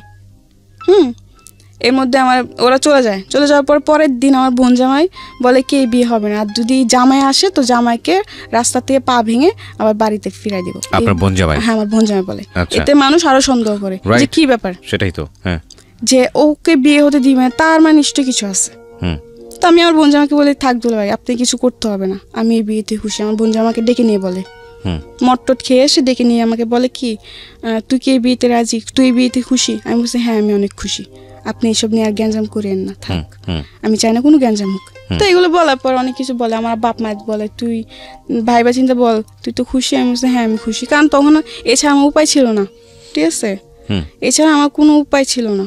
ওকে, আমার বোনের সংসার বাঁচানোর জন্য এখন যদি আমার এমন 10টা বিয়ে করতে, আমার তখন করতে হবে, কিছু উপায় ছিল না, কারণ আমি তখন ছোট থেকে বললাম যে আমার বোনের সংসার ভেঙে যাচ্ছে। হ্যাঁ, ওকে, এই বিয়ে না করলে আমার বোনের সংসার ভেঙে যাবে, আবার এটা করলেও ভেঙে যাবে, কিন্তু আমার বাবা মা এক কথা এই বিয়ে হবে, আর আমার বোন জামাই এক কথা হবে না, মানে দুজনের মধ্যে এগুলো নিয়ে অনেক। ঠিক আছে, তারপর কি হলো? যাই হোক, পরে এই বিয়ে হয়, ঠিক আছে, কিন্তু আমার বিয়েতে কাবিন না হওয়ার কারণ হচ্ছে যে আমার বয়স হয়নি, কাবিন দেওয়ার মতো বয়স হয়নি, 18 বছর না হলে কাবিন হবে না। তো এমনি 2 দিন থাকে, 2 দিন থাকার পরে এখন মানুষ বলে কি যে, আমার বাপ মা বলতেছে যদি এখন জামাই ফিরাই দেওয়া হয় তো মানুষ তো খারাপ বলবে, জিনিসটা মানুষ তো খারাপ বলবে যে বিয়ে ভেঙে যে তোমার মেয়ে একটা বদনাম, ওই দিক থেকেও বদনাম হয়ে যাবে। তো যাই হোক, কাবিন ছাড়াই বিয়ে হয়। তো ওরা বলে কি যে ঠিক আছে, যতদিন মধ্যে মেয়ের 18 বছর পূর্ণ না হবে ততদিন পর্যন্ত কাবিন হবে না, আর 18 বছর পূর্ণ আমরা কাবিন দিব। তো এমনি করে সবার কথার উপর বিয়েটা হয়। কত বছর বয়সে বিয়ে হলো এটা? তখন আমি 13তে পড়তেছেন এই অবস্থায়? মানে 13 শেষের দিকে, মানে 14 এরকম কিছু একটা। ওকে, বুঝতেই পারছেন ওর বয়স 17 পার হয়েছে, 18 পড়েনি এখন পর্যন্ত। ওর জীবনের অনেক ঘটনা এখনো বাকি, আমরা শুনবো, এবং এই বয়সে ওর বিয়ে হয়েছে। তো আমার বিয়ে হয়ে যায়, বিয়ে হয়ে যাওয়ার পর আমি শ্বশুরবাড়িতে যাই, ঠিক আছে। আবার বলে রাখি, আমার হাজব্যান্ডের অন্তত 6 ভাই 1 বোন, বোন মারা যায়, ওরা 6 ভাই থাকে, ঠিক আছে। তো 6 ভাইয়ের মধ্যে ও 2 নাম্বার ছিল, সবার বড় আমি ছিলাম। হ্যাঁ, বয়স হয়তো ছোট হতে পারি, হমদে তো সবার বড় ছিলাম, সবাই ভাবি বলতো আমাকে, কিন্তু তখন তো আমি কিছুই বুঝতাম না, গ্রামে কোনো কাজ কমে পারতাম না। আচ্ছা, রান্না বান্না কিছুই, রান্না তো আমি পারতাম, কিন্তু ওটা তো লাকড়ি চুলায় তো রান্না করা অনেক সহজ না, কঠিন, আগুন লেগে যাওয়ার ভয়। যাই হোক, বিয়ে করার পরে দেখলাম হ্যাঁ এটা ঠিক যে আমি হয়তো মন থেকে মানতে পারি নাই, কারণ আমার প্রতিটা মেয়ের স্বপ্ন থাকে, তো আমার কিছু স্বপ্ন ছিল। পরে বিয়ে হয়ে যায়, বিয়ে হয়ে যাওয়ার পর শ্বশুরবাড়িতে যাই, ঠিক আছে। তো এমনি 1 মাস বেশ ভালোই কাটে। একটা মাস খুবই, মানে আমার আদর যত্ন কোনো দিক থেকে আমাকে সে কষ্ট দেয় নাই। আচ্ছা, ঠিক আছে। তো 1 মাস পর মেয়ে আসে, আবার বলে রাখি ওর তো 2টা মেয়ে আছে, ওই 2টা মেয়েরও বিয়ে হয়ে গেছে শ্বশুরবাড়িতে। আচ্ছা, মানে ওই লোকটার বয়স কত থাকে তখন? তখন আপনি 40, মানে 50-এর কাছাকাছি। মাই গুডনেস, ওর হাজবেন্ডের বয়স ছিল 50-এর কাছাকাছি, এবং উনি, আপনি কত নম্বর ওয়াইফ ছিলেন ওনার? 4 নাম্বার। 4 নাম্বার, চিন্তা করে দেখেন অবস্থা। ওকে, বলেন তারপর।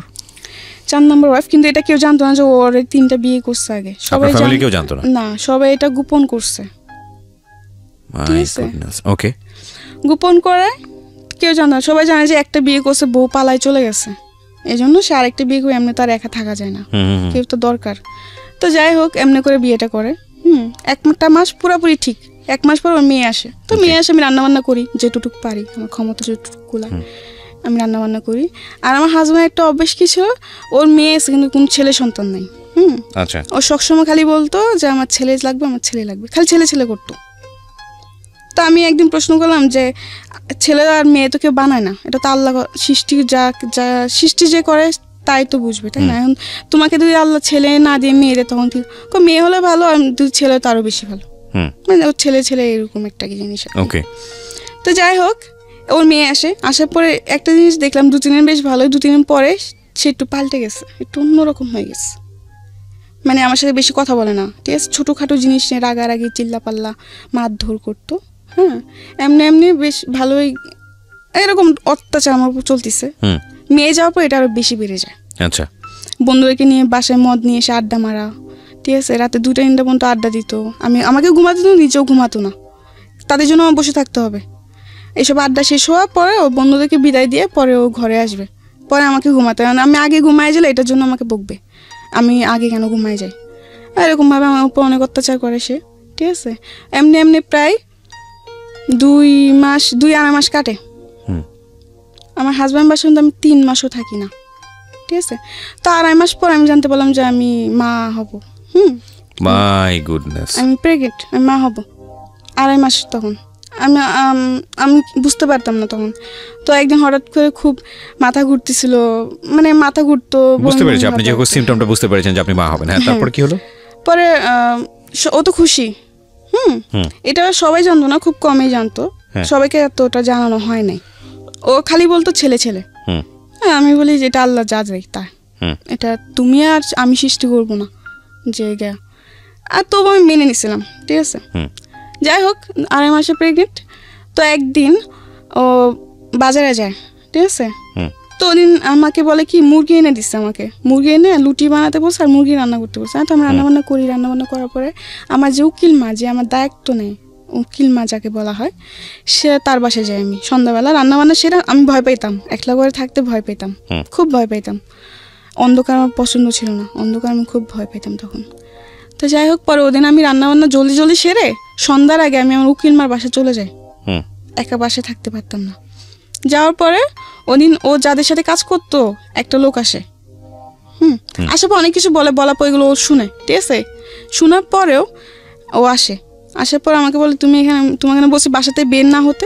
উকিল মা বলে না, আমার হাজবেন্ড বলে, বাজার থেকে এসে আমাকে বলে তোমাকে বলছি কোথাও না যেতে, কারোর সাথে কথা বলতে দিত না, আবার কারোর সাথে দেখা করতে আমাকে দিত না। সে মানে বলতো খালি ঘরে থাকবা চুপচাপ, কারোর সাথে বেশি কথা বলবো না। তার কারণ তার থেকে মনে হতো কি যে আমাকে হয়তো কেউ যুক্তি দিবে, কুবুদ্ধি দিবে, এই সেই হয় না, বাচ্চা নষ্ট করার জন্য কুবুদ্ধি দিবে, এগুলো ভাবতো সে। ওকে, তো ঠিক আছে, এমনি কাটতে থাকলো। এর মধ্যে সে অত্যাচার করে আমাকে, যেমন সব কিছু নিয়ে, খাবার নিয়ে, গোসল নিয়ে, রাত্রে ঘুমানো নিয়েও ডিস্টার্ব করে। মানে ডিস্টার্ব বলতে কি, অত্যাচার করে, ছোটখাটো বিষয় নিয়ে জ্বালাতন। জি, মানে সবসময় একটা পুরুষ বাইরের দিকে মনোযোগ থাকতে হবে, সে ঘরের দিকে নয়। ঘরের দিকে কি মানে এই কাজটা কেন করো নাই, তুমি এটা কেন করতে পারো না। আমি বলছি আমার শরীরটা ভালো লাগে না, আমি করি না, আমি পরে করবো, এটা কেন বলছি, এটা নিয়েও সে গায়ে হাত তুলতো, এরকম আর কি। যাই হোক, তো একদিন বাজার থেকে আসার পরে যেটা বললাম আর কি, যে একজন যে সে যেখানে কাজ করে ওখান থেকে একটা ভাই এসে আমাকে অনেক ধরনের কথাবার্তা বলে যে আপনি এগুলো কেন সহ্য করেন বা এই সেই, এগুলো শোনার পরে তো আমার উকিল মার বাসায় ছিলাম, ওখান থেকে আমাকে হাতটা টেনে বাসায় আনে, আমাকে বলে ঘরে চলো। আচ্ছা আচ্ছা, তো আমি বলছি আচ্ছা ঠিক আছে চলো। এটা ঘরে আনার পরে বল খাবার দাও, বিছানার উপর বসেছিল, আমি খাবার দিয়েছি, ঠিক আছে। খাবার দেওয়ার পর 2বার মুখে দিয়ে আমাকে বলতেছে ও কি বলে তোমাকে, কি বলতেছিল ওরা। আমি বলছি কি বলতে, তুমি কি জানো না, তুমি তো সব শুনছো, আমি তো জানি তুমি অনেক আগে আসছো, আমি টের পাইছি ও যে বাজার থেকে আসছে, আমি বুঝতে পারছি। আচ্ছা, কিন্তু এটাও অভিনয় করছে আমি বুঝতে পারিনি। তাই আমি তো বলছি তুমি তো জানো, তুমি তো শুনছো কি আমাকে কি বলছে বা কি বলে নাই। হ্যাঁ আমি শুনছি, কিন্তু আমি আবার তোর মুখ থেকে শুনো। মানে তুই টাকা করতেছে, রেগে যাইতেছে। আর আমি মাঝে মাঝে মনে হয় যে ও একটু পাগল টাইপের, মানে এই ভালো আবার এই হঠাৎ করে খারাপ, মানে ওর কোনো মানসিক প্রবলেম। তারপর হ্যাঁ, অত্যাচার করতো, মারধর করতো ছোটো বিষয় নিয়ে। তৃতীয়ত হচ্ছে নেশা টেশা করতো, খুব মানে বাজে আচরণ করতো। যাই হোক, পরে আমাকে বলে কি তোর মুখ থেকে আমি আবার শুনতো। আমি বলছি এক কথা বারবার বলতে আমার ভালো লাগে না, তুমি শুনছো আবার শুনে আবার কেন জিজ্ঞাসা করতেছো? হ্যাঁ, এটা বলার পর ও ভাতে মানে খাবারের প্লেটটা ছুঁড়ে ফেলে দেয়। ছুঁড়ে ফেলে দিয়ে উঠে এসে আমার চুলে ধরে আমার গালটা চেপে ধরে বলে বলবি না তুই? আমি বলছি না, আমি বলবো না। তুমি একবার শুনছো, এখন আবার বলতিছো, আবার বলার জন্য। তুমি জানো না তুমি কি করো, তুমি যা করো তাই তো বলতেছিল। ও বলছে তাই নাকি, তো মানুষের যুক্তি নেস তুই? আমি বলছি মানুষের যুক্তি কেন নিব, মানুষ যেটা সত্যি সেটাই তো বলে। এগুলো বলার পর আমাকে অনেক মারধর করে, ঠিক আছে, মারধর করে। আর মারধর করার পর আমি কান্না করতেছি, পরে চিক্কা চেঁচামেচি হয়েছে না, বকাঝকা, অনেক মারধর করে। তো আমার উকিল মা টের পায়, তখন রাত্রে প্রায় 11টার দিকে কাছাকাছি। তখন তো 11টা হলো গ্রাম অঞ্চল, নিরিবিরি একদম। যাই হোক, অনেক মারধর করার পরে অনেকজন ধরতে আসলে তাকে মারতে যায়। তার কথা যে এখন যদি কেউ ধরতে আসো তো সবই মার খাবা। আমার হাজবেন্ড বলে ওকে মেরে ফেলবো না কেটে ফেলবো, এটা আমার ব্যক্তিগত ব্যাপার, ও আমার বউ, ওকে আমার যাই ইচ্ছে আমি তাই করবো। হ্যাঁ, আর যাই হোক, তো আমার উকিল মা এসে বলে যে এই অবস্থায় মারার দরকার নেই, ও যা করছে, আচ্ছা ছোট ভুল হয়ে গেছে, বুঝতে পারে নাই। ও বলে কি না, ও মানুষের যুক্তি নেই। আর আমার উপর সন্দেহ করতো, ও ভাবতো যে অন্য কোনো ছেলের সাথে হয়তো আমার সম্পর্ক আছে, আচ্ছা এটা সন্দেহ করতো। আর ফোন দিলে ফোন চেক করতো যে আমি কোনো ছেলের সাথে কথা বলি নাকি, যদি অন্য একটা নাম্বার দেখছে তাহলে বলছে কে, তো আমি কি জানি কে কোথা থেকে, আমি তো এরকম কিছু মানে জানি না, ঠিক আছে। যাই হোক, পরে একটা পর্যায়ে যখন আমার উকিল মা এই কথাটা বলে যে এরকমভাবে মারিস না, হয়তো ওর ক্ষতি হবে, তো এক পর্যায়ে উঠে বলে কি যে এই বাচ্চা আমার না, মানে আচ্ছা ওইটা অস্বীকার করতিস। তো আমার রাগ উঠে গেছে, কি বললো এটা? পরে আমি বলছি আমি তুই টাঙ্গা করছি, আমি বলছি এটা তোর কি বাচ্চা না? বলছেন না এটা আমার বাচ্চা না। তো আমি বলছি বেশ ভালো কথা, তোরও বাচ্চা না তো ঠিক আছে, এটার বাচ্চা থাকার কোনো অধিকার নাই।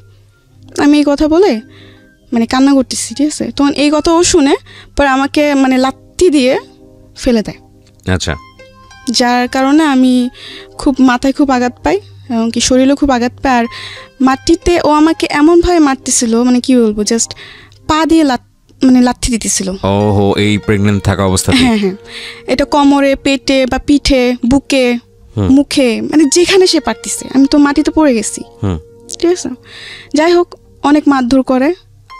পরে একটা পর্যায়ে ও একটা লাইট থাকে, মানে গ্রামে তো অনেক লাইট দিয়ে চলাফেরা করা হয় যেহেতু কারেন্ট নাই, তো একটা লাইটার ছিল ওর, স্টিলের, সিলভারের, ঠিক আছে। ওইটা দিয়ে আমার একটা মাথায় বাড়ি মারে। পরে আমি আর বলতে পারি, আমি সেন্সলেস হয়ে পড়ে যাই, ঠিক আছে। পরে কি হয় না হয় তা আমি জানি না, ঠিক আছে। যখন আবার আমি চোখ খুলি তখন দেখতে পারি যে আমার মাথায় পানি ডালতেছে, ঠিক আছে, মানে আমার হাত পা মুছে দিতেছে, কান্নাকাটি করতেছে। আর এর মধ্যে আমার খুবই খারাপ অবস্থা হয়ে গেছে, ঠিক আছে। আমি প্রায় এই ঘটনার পরে আমি প্রায় 1.5 মাস অসুস্থ ছিলাম। আর এই ঘটনার পরে আমার বেবিটা নষ্ট হয়ে যায়, আচ্ছা। যাই হোক, নষ্ট হয়ে যাওয়ার পরে আমি তো অনেক অসুস্থ ছিলাম। এইসব খবর আমার মার কানে যায়, বাবার কানে যায়, তো আমার ফ্যামিলির থেকে আমাকে নিতে আসে। তো ওদিন আমাকে নিয়ে যায়, ঠিক আছে। নিয়ে যাওয়ার পর আমি প্রায় 1.5 মাস অসুস্থ ছিলাম, অনেক অসুস্থ হয়ে পড়ছি, ঠিক আছে। অসুস্থ হওয়ার পর 1.5 মাস পর আমি মোটামুটি একটু সুস্থ। তখন সে মেয়র চেয়ারম্যান নিয়ে আসে, তার কথা যে তার বাচ্চা নষ্ট করে ফেলছে আমি। কিন্তু এটা আমি নষ্ট করি নাই, ওর বাচ্চা, ওর আচরণের কারণে হয়েছে, কিন্তু ও পুরা দোষ আমাদের উপর ফেলতেছে যে আমরা নষ্ট করে ফেলছি, কিন্তু আসলে তো তা না। যাই হোক, এগুলো অনেক গ্যাঞ্জাম হয়েছে, ও মেম্বার চেয়ারম্যান আনলো, এটা আনলো, সেটা আনলো, অনেক কিছু আমাকে নিয়ে যাবে, ঠিক আছে।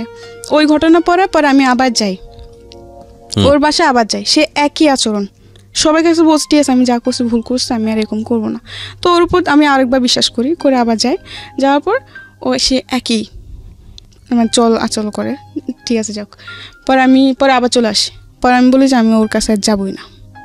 তো আমার বাপ মাও বলে যে ঠিক আছে, একবার আমাদের কথা শুনে গেছোস, যখন ও ভালোই হয় নাই তো আর যাওয়ার দরকার নাই, তোর যেটা ভালো লাগে তুই সেটাই কর। তো আমি বলছি ঠিক আছে, আমি ওর সংসারে যাবো না, আমি ঢাকায় চলে যাবো, আচ্ছা। মানে ওই ঘটনার পর আমি আমার হাজবেন্ডের বাসায় যাইনি, আমি ঢাকায় চলে আসি। এরপরে ওর কি হয়েছে না হয়েছে, ও এখনো বেঁচে আছে কি না তা আমি জানি না। ঢাকায় চলে আসি, ঢাকা চলে আসার পরে একটা বাসায় কাজ নিই আবার, তো বাসায় কাজ ছেড়ে আবার ওই যে বললাম হসপিটালে যে চাকরিটা, আচ্ছা, হসপিটালে একটা চাকরি নিই, আচ্ছা। ওই যে সেটা তো ব্যাকে আপনি বলেছিলেন হসপিটালে চাকরি নেন এবং ওখানে চাকরি করতে করতে আপনার একটা ছেলের সঙ্গে পরিচয় হয় মূলত মোবাইল চালাতে গিয়ে, ফ্ল্যাশব্যাকে গিয়ে আপনি যেটা বলেছিলেন। হ্যাঁ, এটা ওই ছেলেটার নাম কি ছিল? ছেলেটার নাম রিয়াদ ছিল। আচ্ছা, রিয়াদের সঙ্গে পরিচয়। হ্যাঁ, তারপর তো ওই যে বিয়ের পরে চলে আসলাম ঢাকায়, ঢাকায় এসে চাকরি করে, চাকরির শেষে ফোন কিনলাম, ফোনের মাধ্যমে ওই ছেলের সাথে আমার পরিচয়, রিয়াদের সঙ্গে পরিচয়। রিয়াদের সামনে আমার পরিচয়। তো যাই হোক, এমনি আস্তে আস্তে ওর সাথে কথাবার্তা বলি। মানে ও আমার ওই সময়টা আমি খুব একা ছিলাম, আমার মন অতটা খারাপ ছিল যে তোর মনে হতো যে কেউ দরকার যে আমাকে সামলাবে, বা কারণ যেমনই হোক আমার জীবনে অনেক কিছু ঘটে গেছে। আচ্ছা, তো দেখতেছি ওকে আমি আবার সব কিছু বলছি, আমার যে আমার বিয়ে হয়েছে বা কিছু সব কিছু বলছি। তো আমাকে একটা কথা বললো কি, হ্যাঁ মানুষ জীবন হতেই পারে, এটা কোনো ব্যাপার না। ও আমাকে এই সাহসটা দিয়ে আমার মন জয় করে নিছে যে ও আমাকে এতটা সাপোর্ট দিতেছে, মানে আমি ওর উপর একটা বিশ্বাস করতে শুরু করলাম। যাই হোক, এমনি আস্তে আস্তে কথাবার্তা বলতে বলতে বলতে বলতে একটা পর্যায়ে ওকে অনেক ভাল লাগতে শুরু হলো আমার। ঠিক আছে, ওকে না দেখলে আমার ভাল লাগতো না, বা ওর সাথে কথা না বললে আমার ভাল লাগতো না, মানে অন্যরকম একটা অনুভূতি হয়ে গেছে ওর জন্য। জি, ঠিক আছে। তো এমনি একদিন দেখা করলাম, এরপর আর একদিন দেখা করলাম। যাক, পরিচয় হওয়ার পরে ওটাওয়ারি 2 দিন দেখা করলাম, কয়েকদিন পর পরে দেখা করছি। 2 দিন দেখা করার পরে আরেকদিন দেখা করতে গেছি। ঠিক আছে, তখন আমাকে বলে কি যে চলো আজকে তুমি আমার বাসায় চলো। আমি বলছি কেন, আমি বাসায় কেন যাব? বলে যে এমনি চলো না। আমি বলছি না, আমি যাবো না। তা ও বলে কি আজকে তো তুমি আমার বাসায় না, তাহলে ভাববো যে তুমি আমাকে লাভই করো না, সব কিছু টাইম পাস করতেছো, আমাকে এরকম বলতো। আমি বলছি টাইম পাস মানে আমি তোমাকে সত্যি লাভ করি। বলছে না, এটা প্রমাণ দাও। তো আমি বলছি আমি তোমার বাসায় যেতে যেটা প্রমাণ হয়ে যাবে, এটা কোন ধরনের কথা? আচ্ছা, ও বলে কি জানা, দুই তুমি আমাকে লাভ করো তাহলে চলো, আর দুই লাভ না করো তাহলে তুমি বাসায় যেতে পারো। আমাকে 2টা অপশন দিচ্ছে। আচ্ছা, তাও আমি বলছি আচ্ছা ঠিক আছে, যখন তুমি এটাই বলতেছো যে তোমার ভালোবাসা প্রমাণ দিতে তোমার সাথে তোমার বাসায় যেতেই হবে, আচ্ছা ঠিক আছে আমি তোমার বাসায় যাব। এটা বলে ও আমাকে নিয়ে বাসে উঠলো। তখন খালি শ্যামলী শ্যামলী নামই শুনছি, শ্যামলী কোন জায়গায় এটা আমি জানতাম না। তো ওদিনও আমাকে শ্যামলীতে নিয়ে যায়, বাসার নাম দিয়ে শ্যামলীতে নিয়ে যায়। আচ্ছা, শ্যামলীতে নিয়ে যাওয়ার পরে হোটেলে ঢুকবে, তখন আমি ঢুকতে চাই নাই। আমি বলছি তুমি বলছো বাসা, এটা কোন জায়গায় নিয়ে আসলে? বলে এটা শ্যামলী। আমি বলছি এটা কার বাসা? এটা বাসা, এটা হোটেল। তো আমি বলছি আমি এখানে যাব না। তো যে এখন আমার বাসায় তো একটু প্রবলেম আছে, এই জন্য তোমাকে এখানে আনা। তো আমি বলছি না, আমি যাব না, আমি বাসায় চলে যাব। ঠিক আছে, তো সে একইভাবে আবার বলতেছে তার মানে তুমি আমাকে লাভ করো না, এগুলো বলে। তো যেহেতু আমি ওর প্রতি অনেকটা দুর্বল ছিলাম, তো আমি বলছি না, আমি তোমাকে লাভ করি। তো আমি বলছি আচ্ছা ঠিক আছে আমি যেতে পারি, কিন্তু একটা সত্য। তো আমাকে বলে কি সত্য? হ্যাঁ আমি যাব, কিন্তু তুমি আমাকে প্রমিস করো যে তুমি আমার গায়ে টাচ করো বা আমার কাছে আসার চেষ্টা করবে না। তো আমাকে বলে আচ্ছা ঠিক আছে প্রমিস করলাম, চলো। আচ্ছা বেশ ভালো কথা। ওদিন গেলাম, বাসায় অনেক মিথ্যা কথা বলছে খালাম্মাদের সাথে। অনেক মিথ্যা কথা বলতে কি আমি বলছি দেখো আমার একটা বান্ধবীর বার্থডে, তো আমি ওদের বাসায় থাকবো। তো আমার খালাম্মা বলে কিসের বান্ধবী, আজ পর্যন্ত তো কোনোদিন শুনি না এই কথা, আজকে হঠাৎ? আমি বলছি সবসময় শুনতো এটা কোন কথা, মানে অনেক কিছু উজাহার দিই। দেওয়ার পর বলে যে আচ্ছা ঠিক আছে। আমার খালাম্মা বলে সকাল সকাল চলে আসিস, বেশি ইয়া করিস না, এরকম বলে। ঠিক আছে, তখন আমি বলি যে আচ্ছা ঠিক আছে। এটা বলে খালাম্মাদের ফোন দিয়ে বলে দিই। বলে দেওয়ার পর ওদিন আমি ওদিন শ্যামলীতে যাই। যাওয়ার পর আমাকে হোটেল নিয়ে ওঠার পর একটা রুম বুকিং করে ও বিরিয়ানি আনায়, 7 আপ আনার পর আমাকে ও নিজের হাতে বিরিয়ানি খাওয়াই দিচ্ছে। আমি বলছি আমি খাবো। ও বলছে না আমি খাওয়াই দিই। ওদিন এত ভালোবাসা কোথাতে উতাল দিয়ে চলে আসছে আল্লাহ জানে। আমার নিজেরও খুব অবাক হইতেছিল ওদিন, যে যেই ছেলে ঠিক মতো কথাও বলতো না, এখন নাকি সে আমাকে ভাত খাওয়াই দিতেছে। বাহ ভালোই। আর যাই হোক, অনেক গল্প টল্প করছি। তখন রাত্রের 12টা 12:30 বাজে। আপনার হোটেলের গেট তালা মেরে ফেলে 10টা 10:30টার দিকে। ঢুকলেও নাকি বুড়ানি কারে ফটোকপি টটোকপি লাগে। তো আমরা যেদিন গেছি ওদিন কিচ্ছু লাগে নাই। ঠিক আছে, ওদিন জাস্ট একটা লোক আসছে, এসে কিছু নাম টাম নিয়ে একটা ফটো নিয়ে রুমটা বুকিং দিয়ে দেয়। ওকে, ঠিক আছে। আচ্ছা যাই হোক, খাওয়া দাওয়া সেরে আমরা গল্প টল্প করে টিভি দেখে, তো আমার ঘুম আসতেছে রাত্রে 12:30 1টা বাজে তখন। তো আমি বলছি আমি ঘুমাবো। তোমার কাছে ঠিক আছে ঘুমাবো। তো আমি বলছি তুমি ওই সাইডে ঘুমো, আমি এই সাইডে ঘুমাই। এরকমভাবে আর কি শুলাম। শোয়ার পর রাত্রে 2টা 2:30টার দিকে দেখলাম যে সে মানে তার মতলব বেশি ঠিক না। আপনি 2টা 2:30টার সময় একটা ছেলের সঙ্গে আপনি একই কক্ষে আছেন, এখানে মতলব ঠিক না হওয়া মানে ঠিক, তার মতলব শুধু দোষ দিচ্ছেন কেন? এটা তো দোষ আপনারও। কারণ আমি তো তাকে আগে থেকে বলে দিছি। ঠিক আছে, এখানে একটা পারসেপশনের ব্যাপার আছে। প্রথম কথা হচ্ছে যে আপনার বয়স অনেক অল্প, সেটা ঠিক আছে, কিন্তু আপনার অভিজ্ঞতার জায়গাটা তো অল্প না। এবং আপনি দেখেন, প্রথম থেকেই আমি একটা জিনিস আপনাকে খেয়াল করেছি, আপনার অনেস্টি। প্রত্যেকটা বাসায় আপনি গেছেন, নিজের পরিবারে থাকতে ভালো লাগে না, কাজের জন্য গেছেন, যেখানে আপনি দেখেছেন অন্যায় আচরণ হচ্ছে আপনি সেখান থেকে চলে আসছেন, তার মানে ধরে নিতে হচ্ছে আপনার ইন্টেনশন ভালো ছিল। কিন্তু আপনি এটাও খুব ভালো করে জানেন যে একটা ছেলের সঙ্গে কিভাবে মিশলে সেই ছেলেটা আপনার সুযোগ নিতে পারে, অবশ্যই জানেন। তো জানার পরে আপনি যখন তাকে এরকম একটা কক্ষে আপনি তাকে নিচ্ছেন এবং আপনারা একসাথে স্টে করবেন, সেখানে আপনি আশা করছেন যে সে আপনার সঙ্গে ঋষি পুরুষের মতো আচরণ করবে। এটা কি মানে অন্যায়? এটা একটা এটা নিজের জায়গা থেকে বোঝা রাখি ঠিক থাকলো?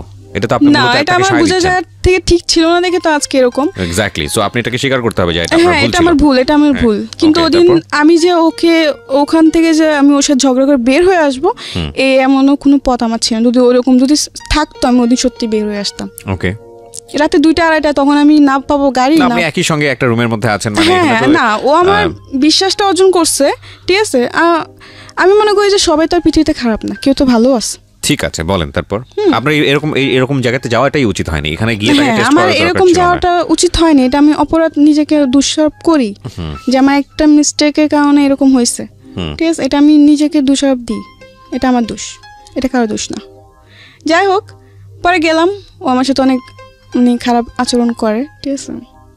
মানে ওর সাথে আমার কি বলবো, ঠিক আছে আমরা বুঝতে পেরেছি বিষয়টা। তারপর আচ্ছা যাই হোক, পরে ওদিন সকালে আমি খুব কান্নাকাটি করলাম যে তোমার উপর আমি এত বিশ্বাস করলাম আর তুমি এমন একটা কাজ করতে পারলা কি করে। বলে কি যে এটা তো স্বাভাবিক, এটা তো কিছু না, আর আমি তোমাকে লাভ করি এবং কি তোমাকে বিয়ে করবো। আমাকে অনেক কিছু দিয়ে মানে আমার কান্না থামায়। তো ও আবার আমার খালাম্মাদের সাথে দেখা করতে আসছে। আমার খালাম্মা অসুস্থ ছিল তো দেখা করতে আসছে, মানে অনেক কিছু ওদিন অনেক কিছু বুঝ দিল, ঠিক আছে। পরে ওরা অনেক কিছু কাজ করলো যেটা দেখে ওর প্রতি একটু আমি বিশ্বাস হয়ে গেছিল যে না, ও যা করছে মানলাম ভুল করছে, হয়তো আমারও কিছু অপরাধ ছিল তার জন্য এরকম হয়েছে, কিন্তু এখন তো আমাকে ছাড়ে নাই, ও তো এখনো আমার সাথে আছে এবং কি আমরা বিয়েও করবো। আমি বেশ ভালোই। তাই আমরা দেখা যাচ্ছে কয়েকদিন পর পরে আমাদের যাওয়া হতো, ঠিক আছে। ও আমাকে 2 দিন আগে জানাই দিত, আমি ওরকমভাবে বাসার থেকে তৈরি হয়ে চলে যেতাম। আচ্ছা, এরকম উড়াউড়ি অনেকদিন চলতে থাকলো, ঠিক আছে।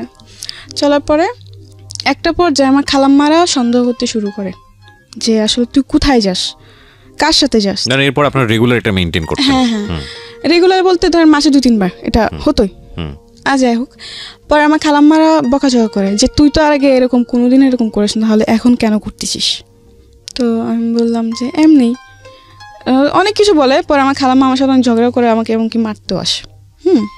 যখন ওই ছেলের ব্যাপারে জানতে পারলো, কিন্তু এইসব সম্পর্কের ব্যাপারে ছেলের সাথে এটা জানতো না, কিন্তু এটা জানতো যে ওই ছেলের সাথে আমি কথা বলি। তো একটা পর্যায়ে আমার ফ্যামিলি যখন জানতে পারে, মানে আমার খালাম্মারা, যেমন আমার মামাতো ভাই, চাচা নাই, আমার জ্যাঠা আছে, যাই হোক আমার খালাতো ভাই, ওরা যখন জানতে পারে তখন আমাকে একটা কথা বলছে যে ওই ছেলে ভালো না, তুই ওই ছেলের সাথে কথা বলিস না, জীবনে তো অনেক কিছুই করছোস, অনেক কষ্ট তো দেখছোস, এখন আর ওর সাথে মিশিস না, ওর তো জীবনে ধ্বংস করে দেবো। আমাকে এইসব কথা আমি জানে না, ও এরকম কখনোই করবে না। আমি বিশ্বাস ছিল, ঠিক আছে। ও আমার খালাম্মাদের সাথে দেখা করতে আসে, তো ওদিন খালাম্মা দেখা করতে আসে ফল ফ্রুট নিয়ে টিয়ে, অসুস্থ ছিলেন, আমার খালাম্মা হার্টের প্রবলেম ছিল, ডাক্তার গিয়েছিল। যাই হোক, আসার পর আমার খালাম্মার সাথে কথাবার্তা বলে, তো আমার খালাম্মা একটা কথাই বলে যে ওই ছেলে ভালো না, তুই ওর সাথে চলাফেরা করিস না, তুই ওর সাথে দূরে চলে যা, মানে ওর থেকে তুই দূরে চলে যা, কারণ ও তোর জন্য ভালো ছেলে না, ওর মতলব অন্যরকম।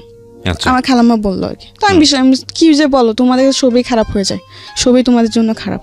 তো আমার খালাম্মা বলে যে আজ তো বুঝতেছ না, কিন্তু একদিন বুঝবি ঠিকই, কিন্তু সেদিন বুঝে কোনো লাভ হবে না। তো আমার এইসব কথা বলার পর আমি কিছু বলি না, ঠিক আছে। তো যখনই ওর সাথে দেখতেছি যে আস্তে আস্তে ওর সাথে দেখা করাটা আমার বেশি বাড়তেছে, অতিরিক্ত। এটা মানে আমি যে এলাকায় থাকি ওই এলাকায় মানুষের নজরেও পড়তেছে। তো এতে অনেক মানুষ অনেক কিছু বলে আমার খালাম্মা দেখে, পরে ওসব নিয়ে আমার সাথে ঝগড়াঝাটি করে খালাম্মা। তো একটা পর্যায়ে এমন হয় যে ওদের চেহারাটা দেখলে আমার বিশাল মতো লাগতো, আমার খালাম্মা দেখে আমি সহ্য করতে পারতাম, যে আমাকে ডাক দিত, শাসন করতো, এই জন্য। তো একটা পর্যায়ে আমি কি করে ওকে ফোন দিই, আমি বলি চলো আমরা রুম নিয়ে একসাথে থাকবো, আমরা রুম নিব, যেহেতু আমরা বিয়ে করবো, তো আমরা বিয়ে করে রুম নিই। বলছে আচ্ছা ঠিক আছে। তো আমাকে বলে তুমি রুম খুঁজো, আমাকে ছেলেটা বলে। তো আমি বলছি আচ্ছা ঠিক আছে, আমি রুম খুঁজবো। পরে আমি রুম খুঁজি, ঠিক আছে। রুম খুঁজতে খুঁজতে একটা রুম পাইলাম শেষ পর্যায়ে। 3,000 টাকা ভাড়া। প্ল্যানিং করলেন আপনারা একসঙ্গে লিভ টুগেদার করবেন? আমরা একসাথে থাকবো। তো রুম খুঁজে একটা রুম পেলাম, ওটার দাম ভাড়া হচ্ছে 3,000। পরে যাই হোক আমরা এরকম ডিসিশন নিই যে আমরা একসাথে থাকবো, ঠিক আছে। তো আমি রুম টুম দেখি, দেখার পরে রুম ব্যবস্থা হয়, তো আমি ফোন দিই। ফোন দেওয়ার পর বলছে যে বাড়িওয়ালা বলছে অ্যাডভান্স দিতে, আর তোমার বোনের ফটোকপি আর কাবিননামা চাইছে, এই কথা বলছে। তো এই কথা বলার পর বলছে আচ্ছা ঠিক আছে। তো আমি বলছি চলো আমরা বিয়ে করিনি, কাবিননামা তো দিতে হবে, তো কাবিননামা ছাড়া তো রুম দিবে না। এটা বলার পর বলে আচ্ছা ঠিক আছে। বলে কি আমি তোমার কালকে জানাইতেছি, এই কথা বলার পর আমাকে বলে কালকে জানাইতেছে, মাসের পুরো শেষের দিকে। আর আমি ওদিকে আমার খালাম্মা দিকে বলছি যে আমি তোমাদের সাথে আর থাকবো না। এই নিয়ে অনেক কিছু বলে যে কোথায় যাবি, দেখ পৃথিবীটা যত সহজ বল ততটা না, অনেক কঠিন এই পৃথিবী, এই সেই, কোথায় যাবে একটা মেয়ে, এই অনেক কিছু বলে। তো আমি বলছি তোমাদের এসব ভাবতে হবে না, আমার যা করে আমি তাই করুম। মানে অবাধ্য ছিলাম, কথার অবাধ্য ছিলাম। যাই হোক পরে ও একদিন পর ফোন দিল আমাকে, ফোন দিয়ে আমাকে বললো যে সরি আমি রুম নিতে পারবো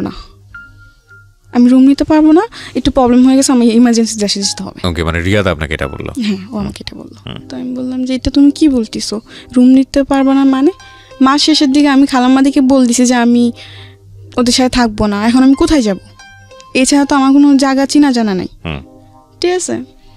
তো এইসব বলার পর আমার জিনিসটা অনেক খারাপ লাগলো, যার জন্য আমি এত কিছু করলাম, এত স্যাক্রিফাইস করতেছি, সে কিনা কি বলে এরকম কিছু।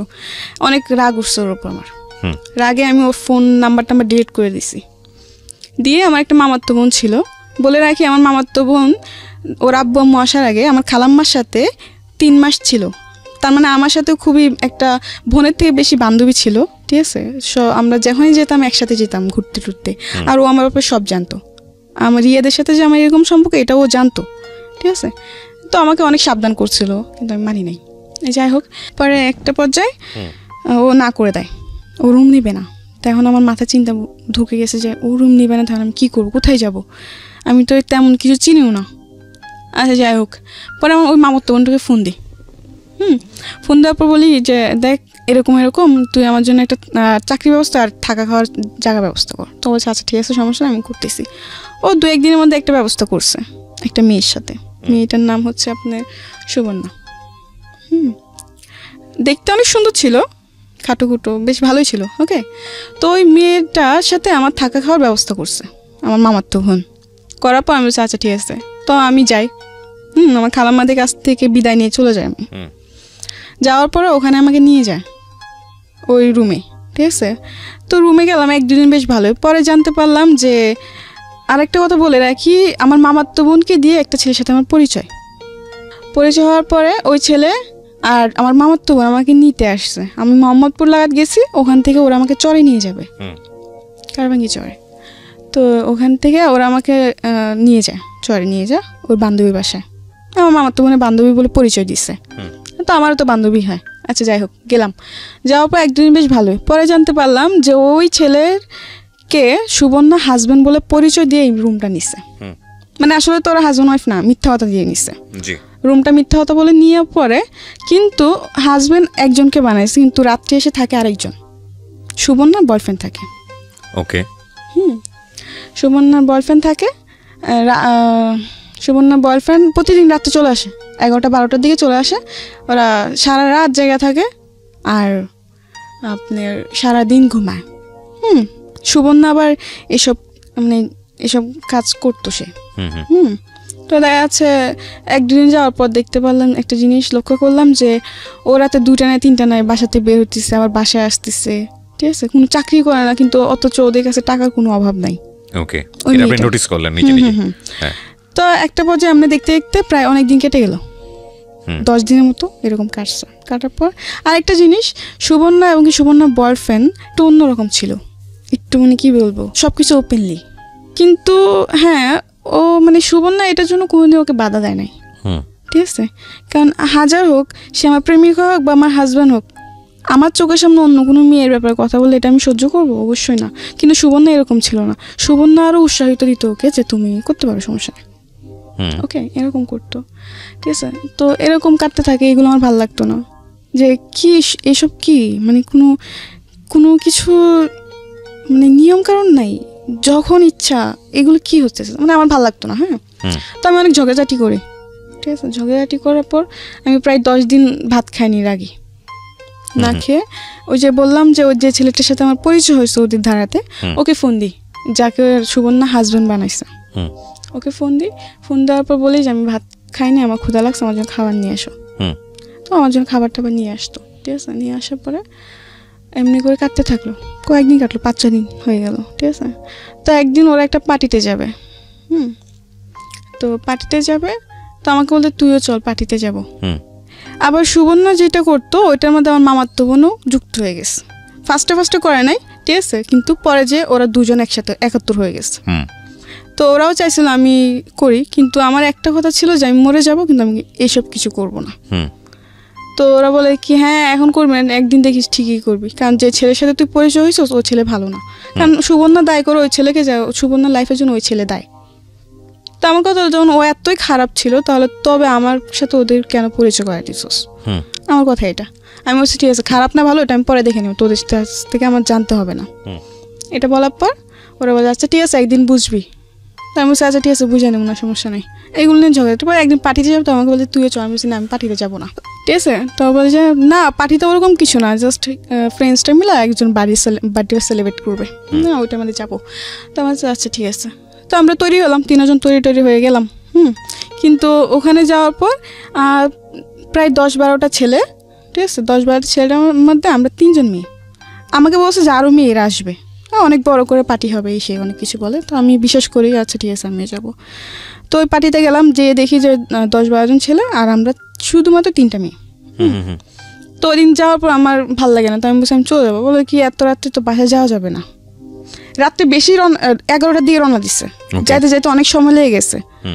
পরে কিছুক্ষণ থাকার পর আমার ভালো লাগতেছে না, তো আমি বলছি আমি চলে যাবো, যে এত রাত্রে গেলে বাড়িওয়ালা জিনিসটা খারাপ ভাববে, থাকে যা। আচ্ছা যাই হোক, তো ওদিন ওই পার্টির তো ওরা অনেক কিছু আনে, অনেক নেশা জাতীয় জিনিসপত্র আনে, ওগুলো খায় ওরা, এমনকি আমাকে জোর করে খাওয়ানো হয়। তো আমি খাই, এবং ওদের থেকে বেশি আমাকে খাওয়ানো হয়।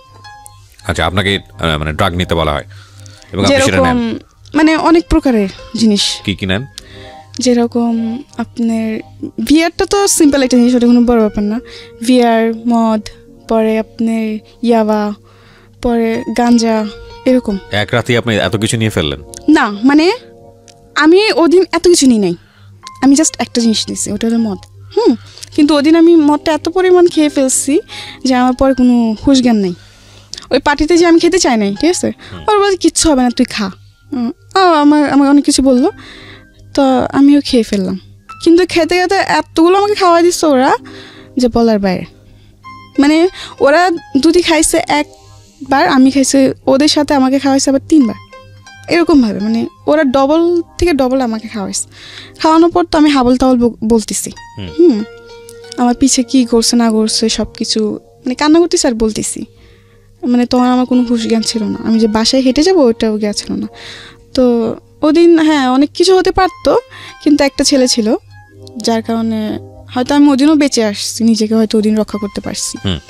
পরে ওই ছেলে ওদিন হ্যাঁ আমার সাথে চেষ্টাও হয়েছিল, কিন্তু আমি যখনই মানে চিৎকা চেঁচামেচি করি, তো ওই ছেলেটা বলতে যে এখন যদি একে বেশি মানে গা করা হয় তো চিৎকা চেঁচামেচি করবে আর মানুষজন চলে আসবে, এখানে পর অনেক বড় প্রবলেম ক্রিয়েট হয়ে যাবে, দরকার না ওকে ওর মতো থাকতে দে। তো ওদিন রাত্রে আমি আমার মতোই ছিলাম, সকালে বাসায় ফিরি, সকাল বাসায় ফিরে এসে ঘুম দিই, সারা রাত ঘুমাই নাই, এসে সারাটা দিন ঘুমাই, রাত সন্ধ্যা থেকে ঘুম, মানে সকালতে এসে ঘুম দিছি একদম রাত্রে 8টা-9টা বাজে উঠছি ঘুম থেকে, না খাওয়া দাওয়া না কিছু। পরে আমি ওদের উপর চিল্লালাম যে তোরা কেন আমাকে জোর করতে গেলি, আমি কোনোদিন এগুলো খাই নাই, জীবনে প্রথম আমি খেলাম, তোরা খাস ভালো কথা, তোদের সাথে আমার কেন যোগ করলে, আমি তো তোদের উপর বিশ্বাস করি, তোরা যে এরকম এটা তো জানতাম না। যাই হোক, পরে এগুলো নিয়ে আরও ঝগড়াঝাটি হয়। তো এক পর্যায়ে আমি ওই ছেলেটাকে বলি আমি ওদের সাথে থাকবো না, আমার জন্য রুম দেখো তুমি। রুম কি মানে অন্য জায়গায় দেখো, আমি অন্য জায়গায় থাকবো, ওদের সাথে আমি থাকবো না। তো আচ্ছা ঠিক আছে দেখতেছি, কিন্তু এর মধ্যে আমি ওদেরকে বসে চাকরি খুঁজো, ওরা বলে কি আজকে না কালকে না পরশু, এরকমভাবে অনেক উজাহার দেয়। তো একটা পর্যায়ে রুম ছেড়ে দিব, ঠিক আছে। তো আবার সুবর্ণাকে ওই ছেলেটা বলে কি যে তুমি রুম দেখো। তো সুবর্ণা প্ল্যানিং করে কি যে আচ্ছা ঠিক আছে আমি না 2টা রুম একসাথে দেখবো, একটা মানে তোরা থাকবে, একটা মানে আমি আমার বয়ফ্রেন্ড থাকবো, আমি বলছি ওই ছেলে বলে আচ্ছা ঠিক আছে। তো আমি বলছি আচ্ছা ঠিক আছে, যা তোরা তোদের রুমে থাকবি, আমি আমার রুমে থাকবো, এটা কোনো জ্ঞান না। ওরা বলে আচ্ছা। তো এমনি করে একটা পর্যায়ে ওরা রুম দেখে, রুমে অ্যাডভান্স দেয়, জিনিসপত্র নিয়ে চলে যায়, ঠিক আছে। আমাকে ওদিন ওই বাসায় একা রেখে যায়। মানে ওরা জিনিসপত্র নিয়ে চলে যায়, বাড়িগুলোকে পুরো ভাড়া দেওয়া হয় নাই, না দিয়ে ওরা রাত্রে 12টা বাজে সব জিনিসপত্র গুছিয়ে নিয়ে চলে গেছে। আমাকে বলে কি যে আমি আবার আসবো, আমরা জিনিসপত্র রেখে সেট করে পরে তোকে আবার নিতে আসবো, এটা বলে ওরা চলে যায়। 12টা গেল, 2টা গেল, 3টা বাজে আমি ফোন দিচ্ছি, কী রে তোরা কই 3টা বাজে এখনো আসলি না আমাকে নিতে? আমি তো একা একা বসে আছি, খাওয়া দাওয়া করি নাই। ও বলে কি দেখ অনেক রাত হয়ে গেছে যে আসি নাই, হ্যাঁ তুই ঘুমায়, অনেক কিছু বলে। পরে সকাল হয়েছে, আমাকে সকালে বলে কি সকাল ভোরে রওনা দেবে। কেন? যেন কেউ দেখতে না পারে। আমি বলছি কেন, আমি কি কোনো ডাকাতি করবো না, চুরি করবো না, আমাকে কেউ দেখতে পারবো না, আমি এই কথা বলি। তো বলে কি না ওরকম কিছু না, এমনি বসে যে এমনি বসে এমনি আয় চুপচাপ। আমি আচ্ছা ঠিক আছে। তো আমি আমার জিনিসপত্র নিয়ে একটা রিক্সা নিয়ে চলে যাই, যেন কেউ না দেখতে পারে, চুপটি করে চলে যায়। কিন্তু ওরা যে জানি না যে ভাড়াটা দেয় না, এইসব আমি কিছুই জানতাম না। আমি জিজ্ঞাসা করছি ভাড়া দিয়েছি, বলছি হ্যাঁ বাড়িগুলো সব কিছু দেওয়া ক্লিয়ার, কোনো গ্যাঞ্জাম নেই। আমি আচ্ছা যাই হোক। পরে একটা রিক্সা নিয়ে আমাকে বলে এমন জায়গায়, তো আমি এমন জায়গায় গেছি, যাওয়ার পর ফোন দিচ্ছি, ফোন দিয়ে বলে কি আসতেছি। এটা বলার পর ও বলে 2-3বার ফোন দিচ্ছি, দেওয়ার পর আসতেছে বলে আর আসে না। 1-2 ঘন্টা পার হয়ে গেছে, আসে না। তো একটা রাস্তার মধ্যে আমি একটা মেয়ে দাঁড়াইছিল, মানুষের নজর তো পড়বেই, সে সকাল থেকে দাঁড়াইছে, দুপুর পার হয়েছে, আসে না। একটা পর্যায়ে আমার ফোন অফ হয়ে যায়, চার্জ থাকে না, অফ হয়ে যায়। তখন ও আসে না। পরে একটা চাচা দেখে বললো কি ব্যাপার, তোমাকে যদি সকাল থেকে দেখেন দাঁড়াইছো, চলো আমার বাসায় চলো, তুমি যখন তোমার কেউ না আসবে তখন তুমি আমার বাসায় থাকো, রাস্তায় দাঁড়িয়ে থাকলে মানুষ খারাপ বলবে। তো আমি বলছি আচ্ছা ঠিক আছে। ও চাচা আবার জিজ্ঞেস কার বাসায়, তখন আমি একটা মিথ্যা কথা বলছি যে আমার ভাবির বাসায় আসছি, দেশের থেকে আমি আমার ভাবির বাসায় আসছি, আমি আমার ভাবির বাসায় চিনি না, আমার ভাইয়া নিতে আসবে, এটা বলছি। কি বলবো, তখন তো আর কিছু বলার ছিল না।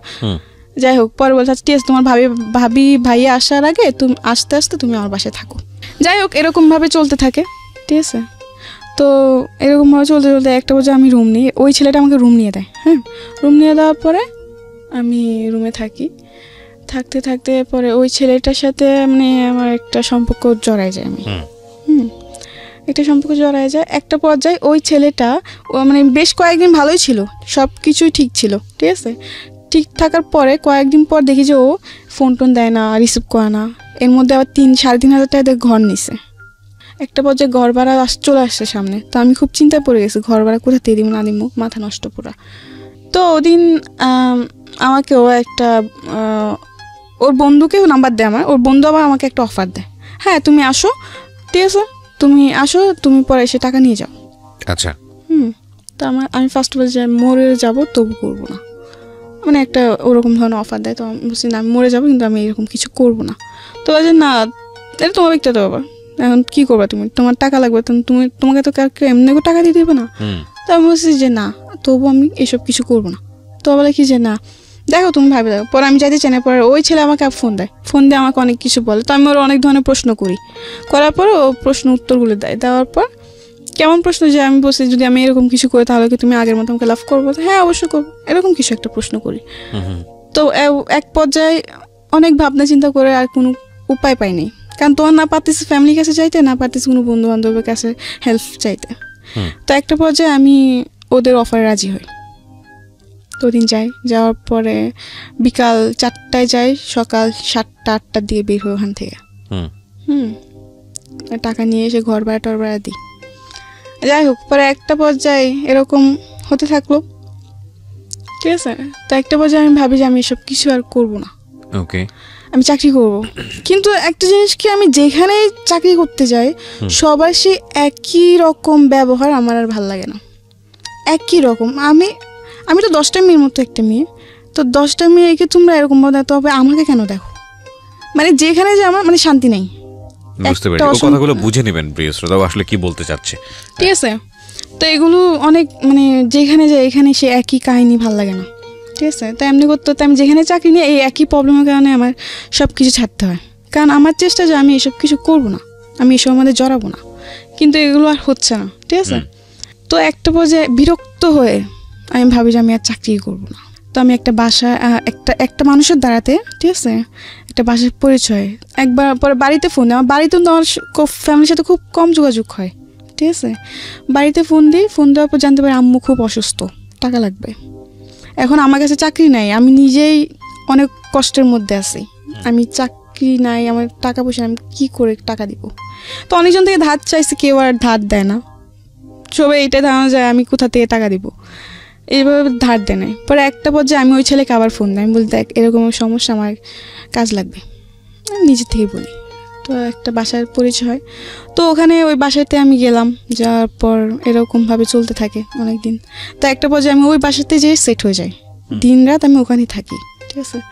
তো এমনি দিন রাত থাকি, তো একটা পর্যায়ে দেখা যাচ্ছে টাকা পয়সা আমার অভাব নেই, টাকা পয়সা আমার আসতেছে। তার মানে বিষয়টা এরকম দাঁড়ালো যে আপনি কাজের মধ্যে নিজে নিজে ইনভলভ হলেন। কিছু নিজের দোষের কারণে হয়তো এরকম হয়েছে। যাই হোক, পরে ওইটা জাস্ট তখন শুধু আমি জাস্ট এগুলোই করতাম, কোনো নেশার দিকে আমার কোনো জ্ঞান ছিল না। তা একটা পর্যায়ে যখন ওখানে থাকতে শুরু করি, তখন ওখানে যে লোকগুলো আসে তারা অনেকে এগুলো খায়, অনেকে খায় না। কিন্তু একটা লোক আছে, সে আসলে মানে পুরাপুরি 2 দিন থাকে ওই বাসায়। আচ্ছা। উনি আবার এগুলো খায়। যখন ও আসে তখন দেখা যাচ্ছে 50-60 পিস করে আনা হয় ইয়াবা 50-60 পিস, আরও বেশি আনা হয়, ঠিক আছে। তো দেখা যাচ্ছে ওখান থেকেই